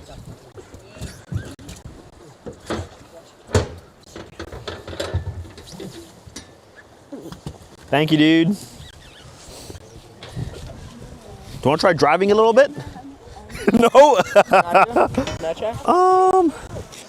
I don't know. Let me think about it. Usually I only let people drive that I know I can throw off if I need to. I think you're a bit big for me to throw off the motor, so unfortunately, yeah. I guess. All right, so when you're standing in the back here, you want both your toes pointed forward just like that. And you want to hold on to that rope with your right hand. Okay? Sit right here. Okay, so to start this motor, can you see this black button here? You just want to push that black button. Yep. It's on. So you can pick this guy here. So that's called the tiller handle. Yep. And this foot, bring it up here. Okay. Hold on. So So first of all, you want to be holding it like that. And then you need to shift this into forward. So you want to pull that lever forward. So you can use this hand to pull it forward. This one right here? Yep, just pull it forward. That's it. And you can pick up your rope again. So if you want to turn to the right, which is what we're going to do now, you want to push this towards me. And then you can twist it. Just give it a light twist. Other way. Yep. Check it out. There you go. Just make sure you look where you're going. And you want to try standing up. There you go, bud. Just push it towards you a bit more. Sweet. Wow. And you can give it a bit more gas. Yeah. Good job, Hunter. Keep it going. Keep going. And stand up. There you go. Yeah. There you go. Yeah. You're driving us, Hunter. Way to go, Hunter. Sweet. I'll get you to drive up until the corner, then I'll hop on. Okay. This next rapid here, we call it the mother-in-law. It was voted as one of our scariest named rapids. Don't quite know why. Oh, really? You might have the answers I'm looking for then. So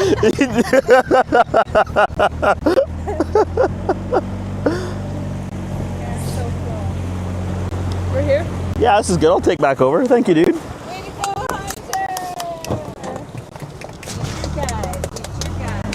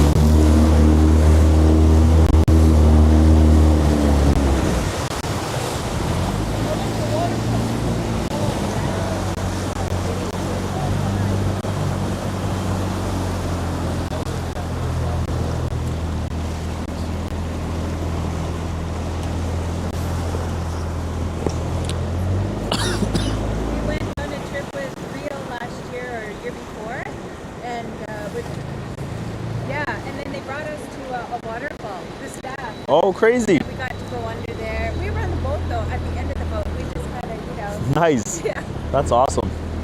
So this next rapid has two names. This rapid itself is called Off the Wall, but within Off the Wall, there's a few different features that have different names. One of the largest features that we have in here right now, we call it the Dolphin Eater. Oh. Yeah.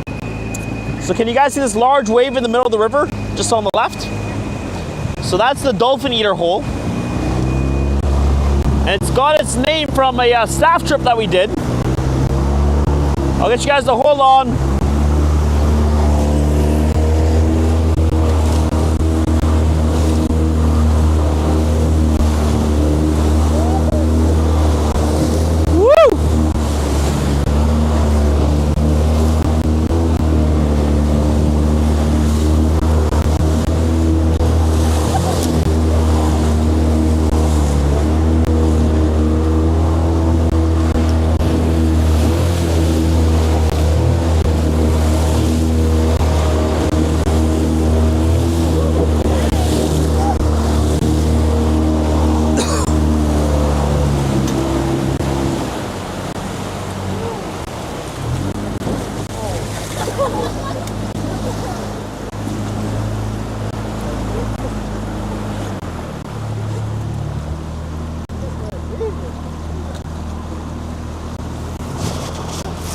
The Dolphin Eater got its name because often on staff trips, we'll often come down the river we'll ride stuff like boogie boards down the river, let's say, right?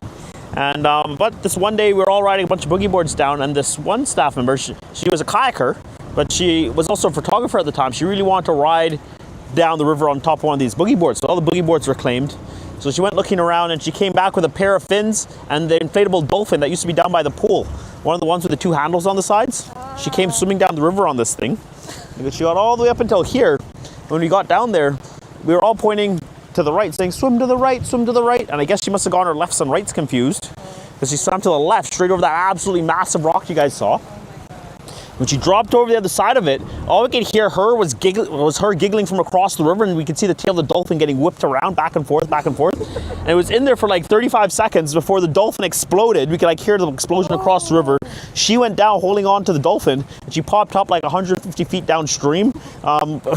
She came up like holding on to the two handles on the side of the deflated dolphin in the water. So since then we called it the dolphin eater. This section over here we call it the White Canyon. A lot of this was created through blasting for the railroad. Yeah. So the avalanche sensors I was talking about a little bit farther upstream are all these posts here, right? And you can see the horizontal wires that run in between them. So those posts, they go all the way down out there in front of us. So if a rock comes down and hits one of those wires, it'll send a signal up on either side, and it'll either stop the trains, and if a train's really close to this area, they might decide to send one through going very slowly. But most of the time, they'll stop the trains and they'll send a crew up from Lytton to come and check on it. The rock slides are so common through this area that CN hires a team from Queen's University, and they come over and they 3D image this hill face every 3 months, 3 to 4 months. And they say within that time period, there's about 4,000 individual rock slides within that time period for this canyon alone. Yeah.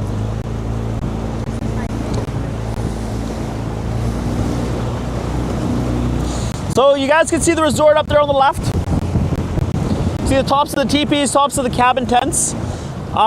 So very shortly here, guys, I'm going to drive this boat up on the beach, and I'm hoping you guys can help me carry this boat up the hill. No, I'm just kidding.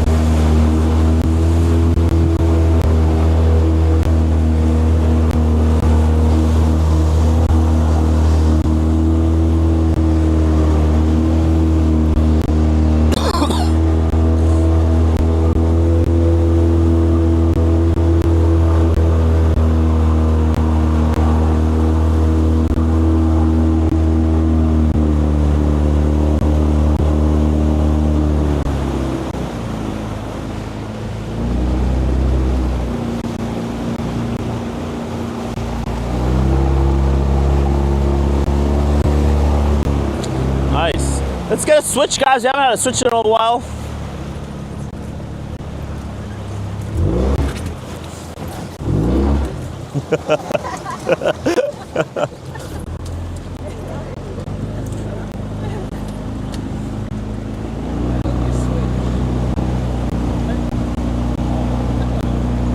Holy, you guys are soaked, hey? It's kind of crazy. Like, if you're up at the front, you're just wet the whole time, but like, you guys in the back are like drying off real quick, hey? Yeah. Like, you sit back here for like 5-10 minutes and completely dry. So we're just catching back up to the paddle boats now.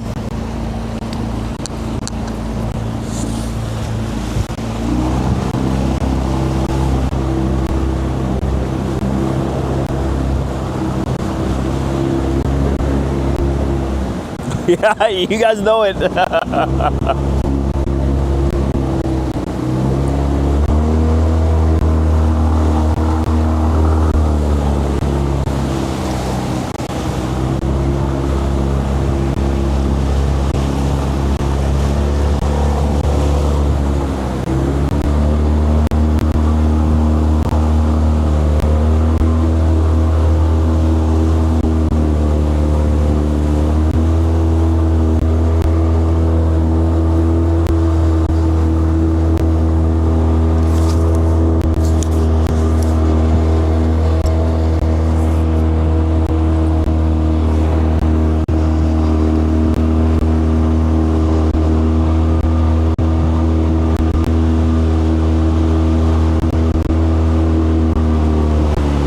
Yeah, the tree, hey? Just the erosion there, pushing over the edge. Check out the water. See how fast we're moving right now? It's on the right here, or the rocks in the water.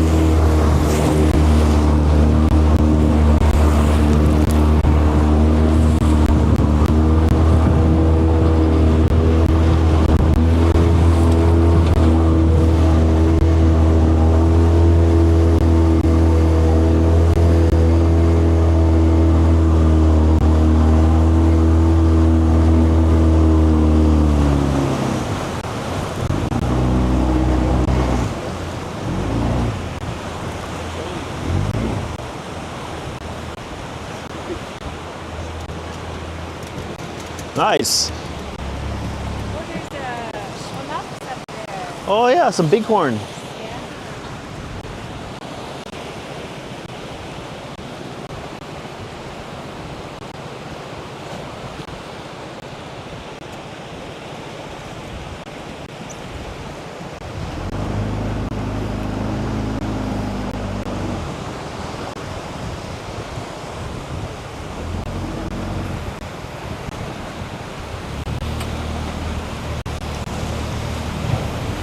Hold on, guys. This is Bear Paw.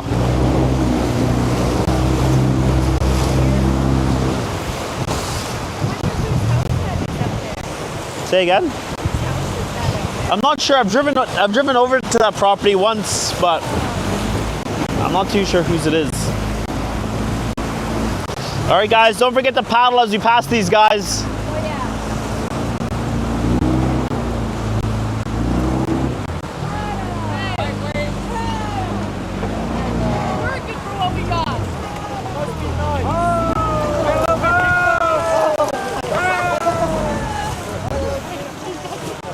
Get the driver.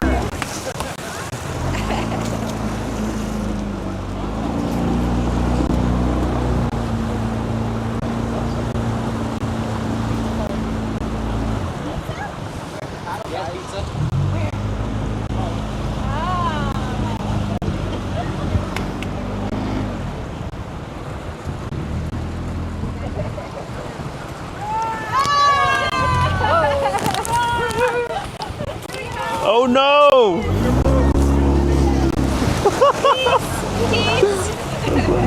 Oh, it's okay, we'll get them back. Okay guys, hold on for the washboard. Nope, pre-rinse.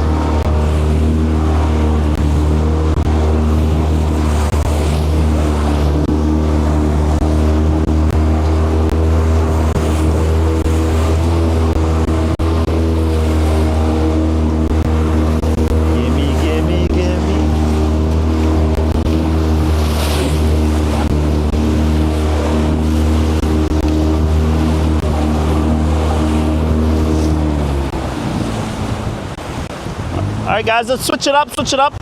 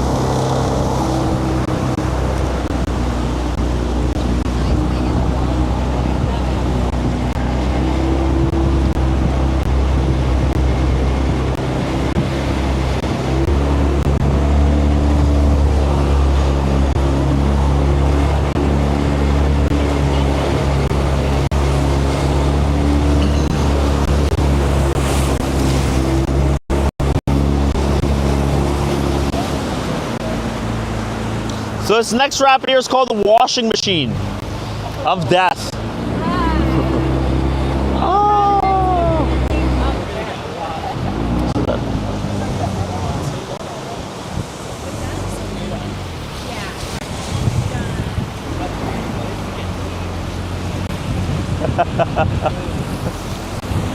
We're just laughing at all the big rocks that are here now. Yeah. Hold on. Whoa! Whoa!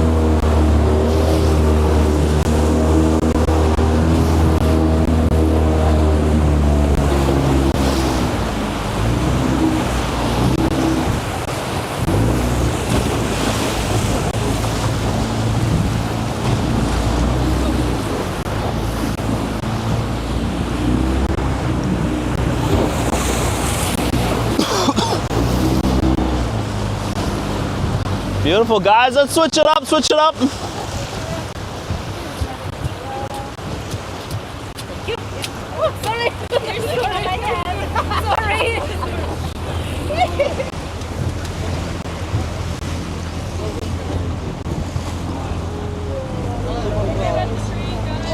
Check out the eagle, guys. It's swimming. Check out the eagle. Wow, we were just talking about that this morning, hey? How crazy is that?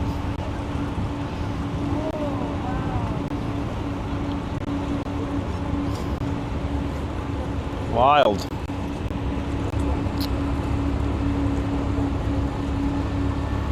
See, that didn't look like he came up with a fish. It looks like he just got a bit wet, maybe.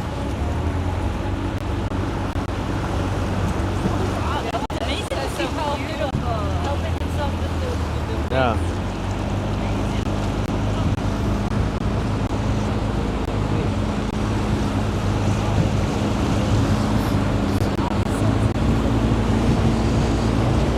Okay, hold on for rapid 17.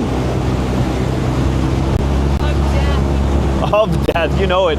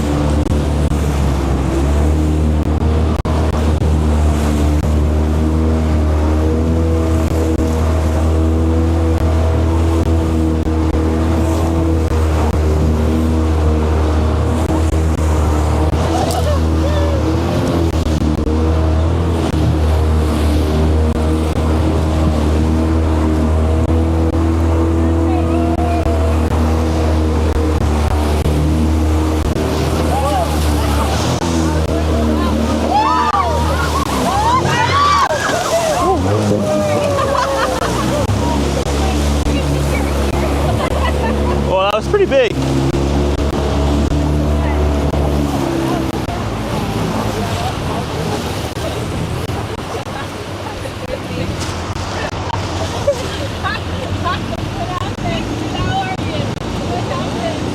All right, guys, let's switch it up, switch it up.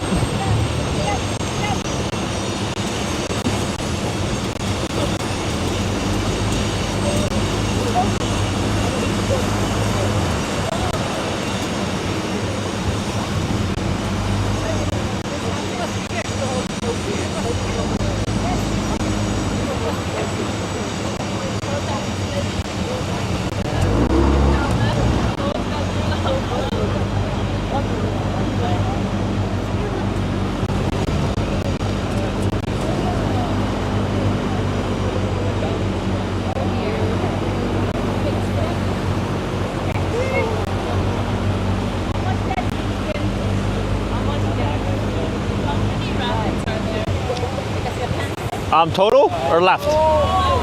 Total. Hold on.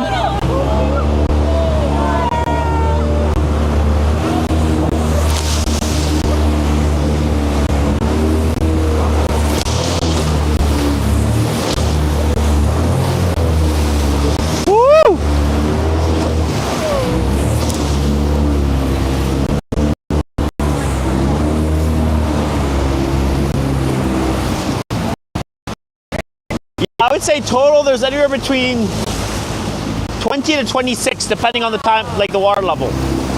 Yeah.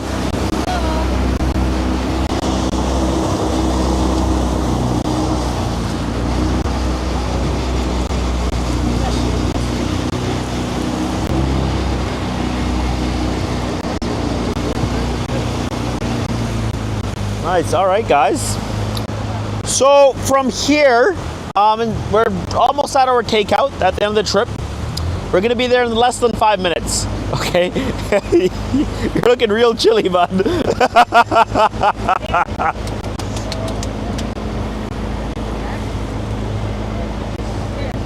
stretch it out. Bit of a stretch. Yeah.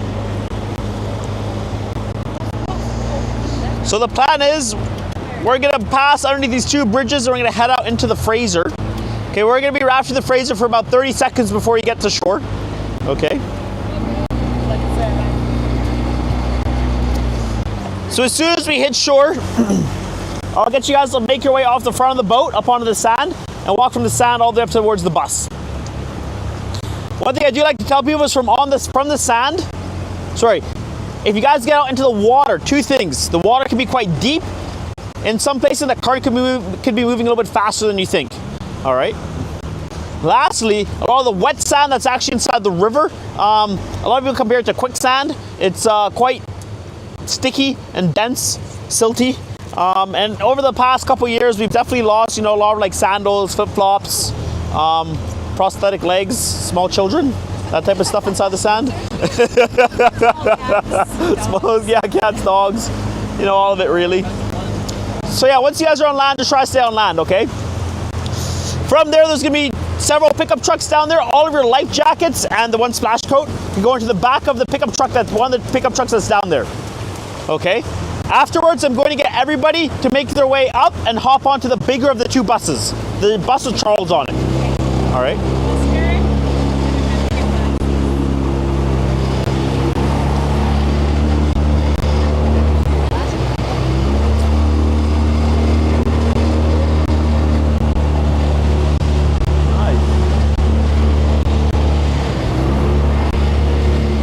Osprey.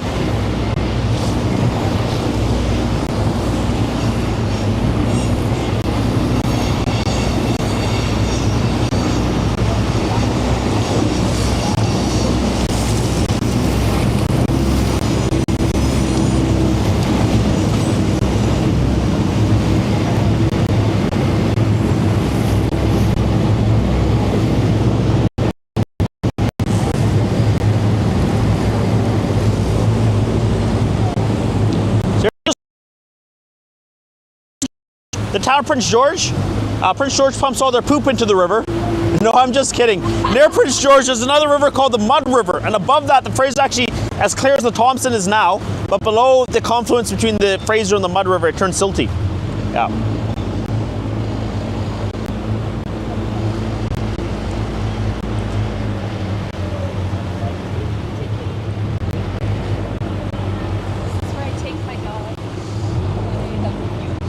So there's Charles, guys. All right.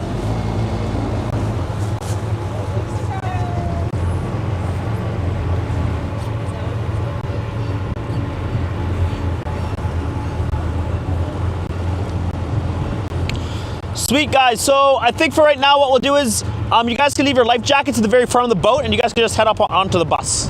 Okay. Beautiful. Lovely, guys. Thank you so much. No problem. Thank you, guys.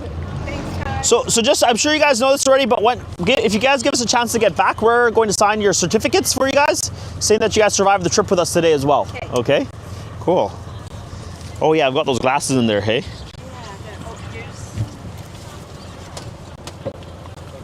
Thank you. I gotta find the lens now.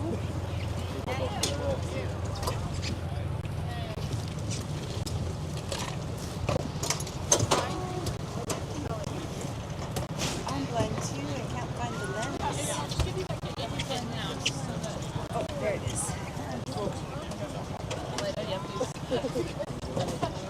Alright. Yeah, you guys are welcome to jump on off the front there. Leave your life jackets and stuff on the boat here and your splash jackets as well. And we'll deal with those a little bit later.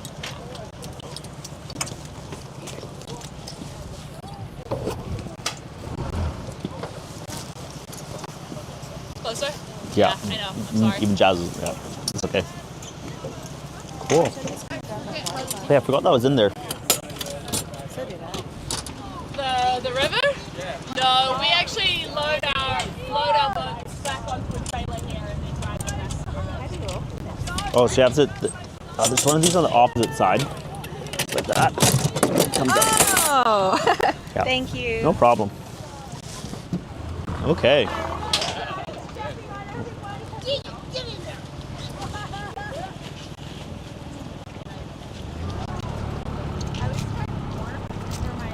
Looks like your trailer there anyway, so I just Yeah. should I join up with Jazz then? Jazz needs going to go back on the bus. Yes. Doesn't really matter. Or maybe she can come. She could probably, it doesn't matter, yeah.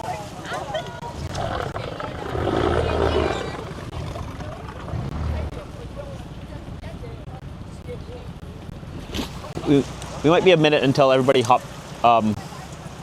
Andrew's probably going to wait till all these guys hop on the bus, I'd imagine. Oh, doesn't look like it.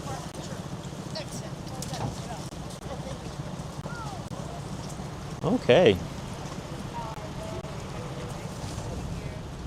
Well, thanks for watching, guys. See you tomorrow. Lovely to meet you. See you later. Bye.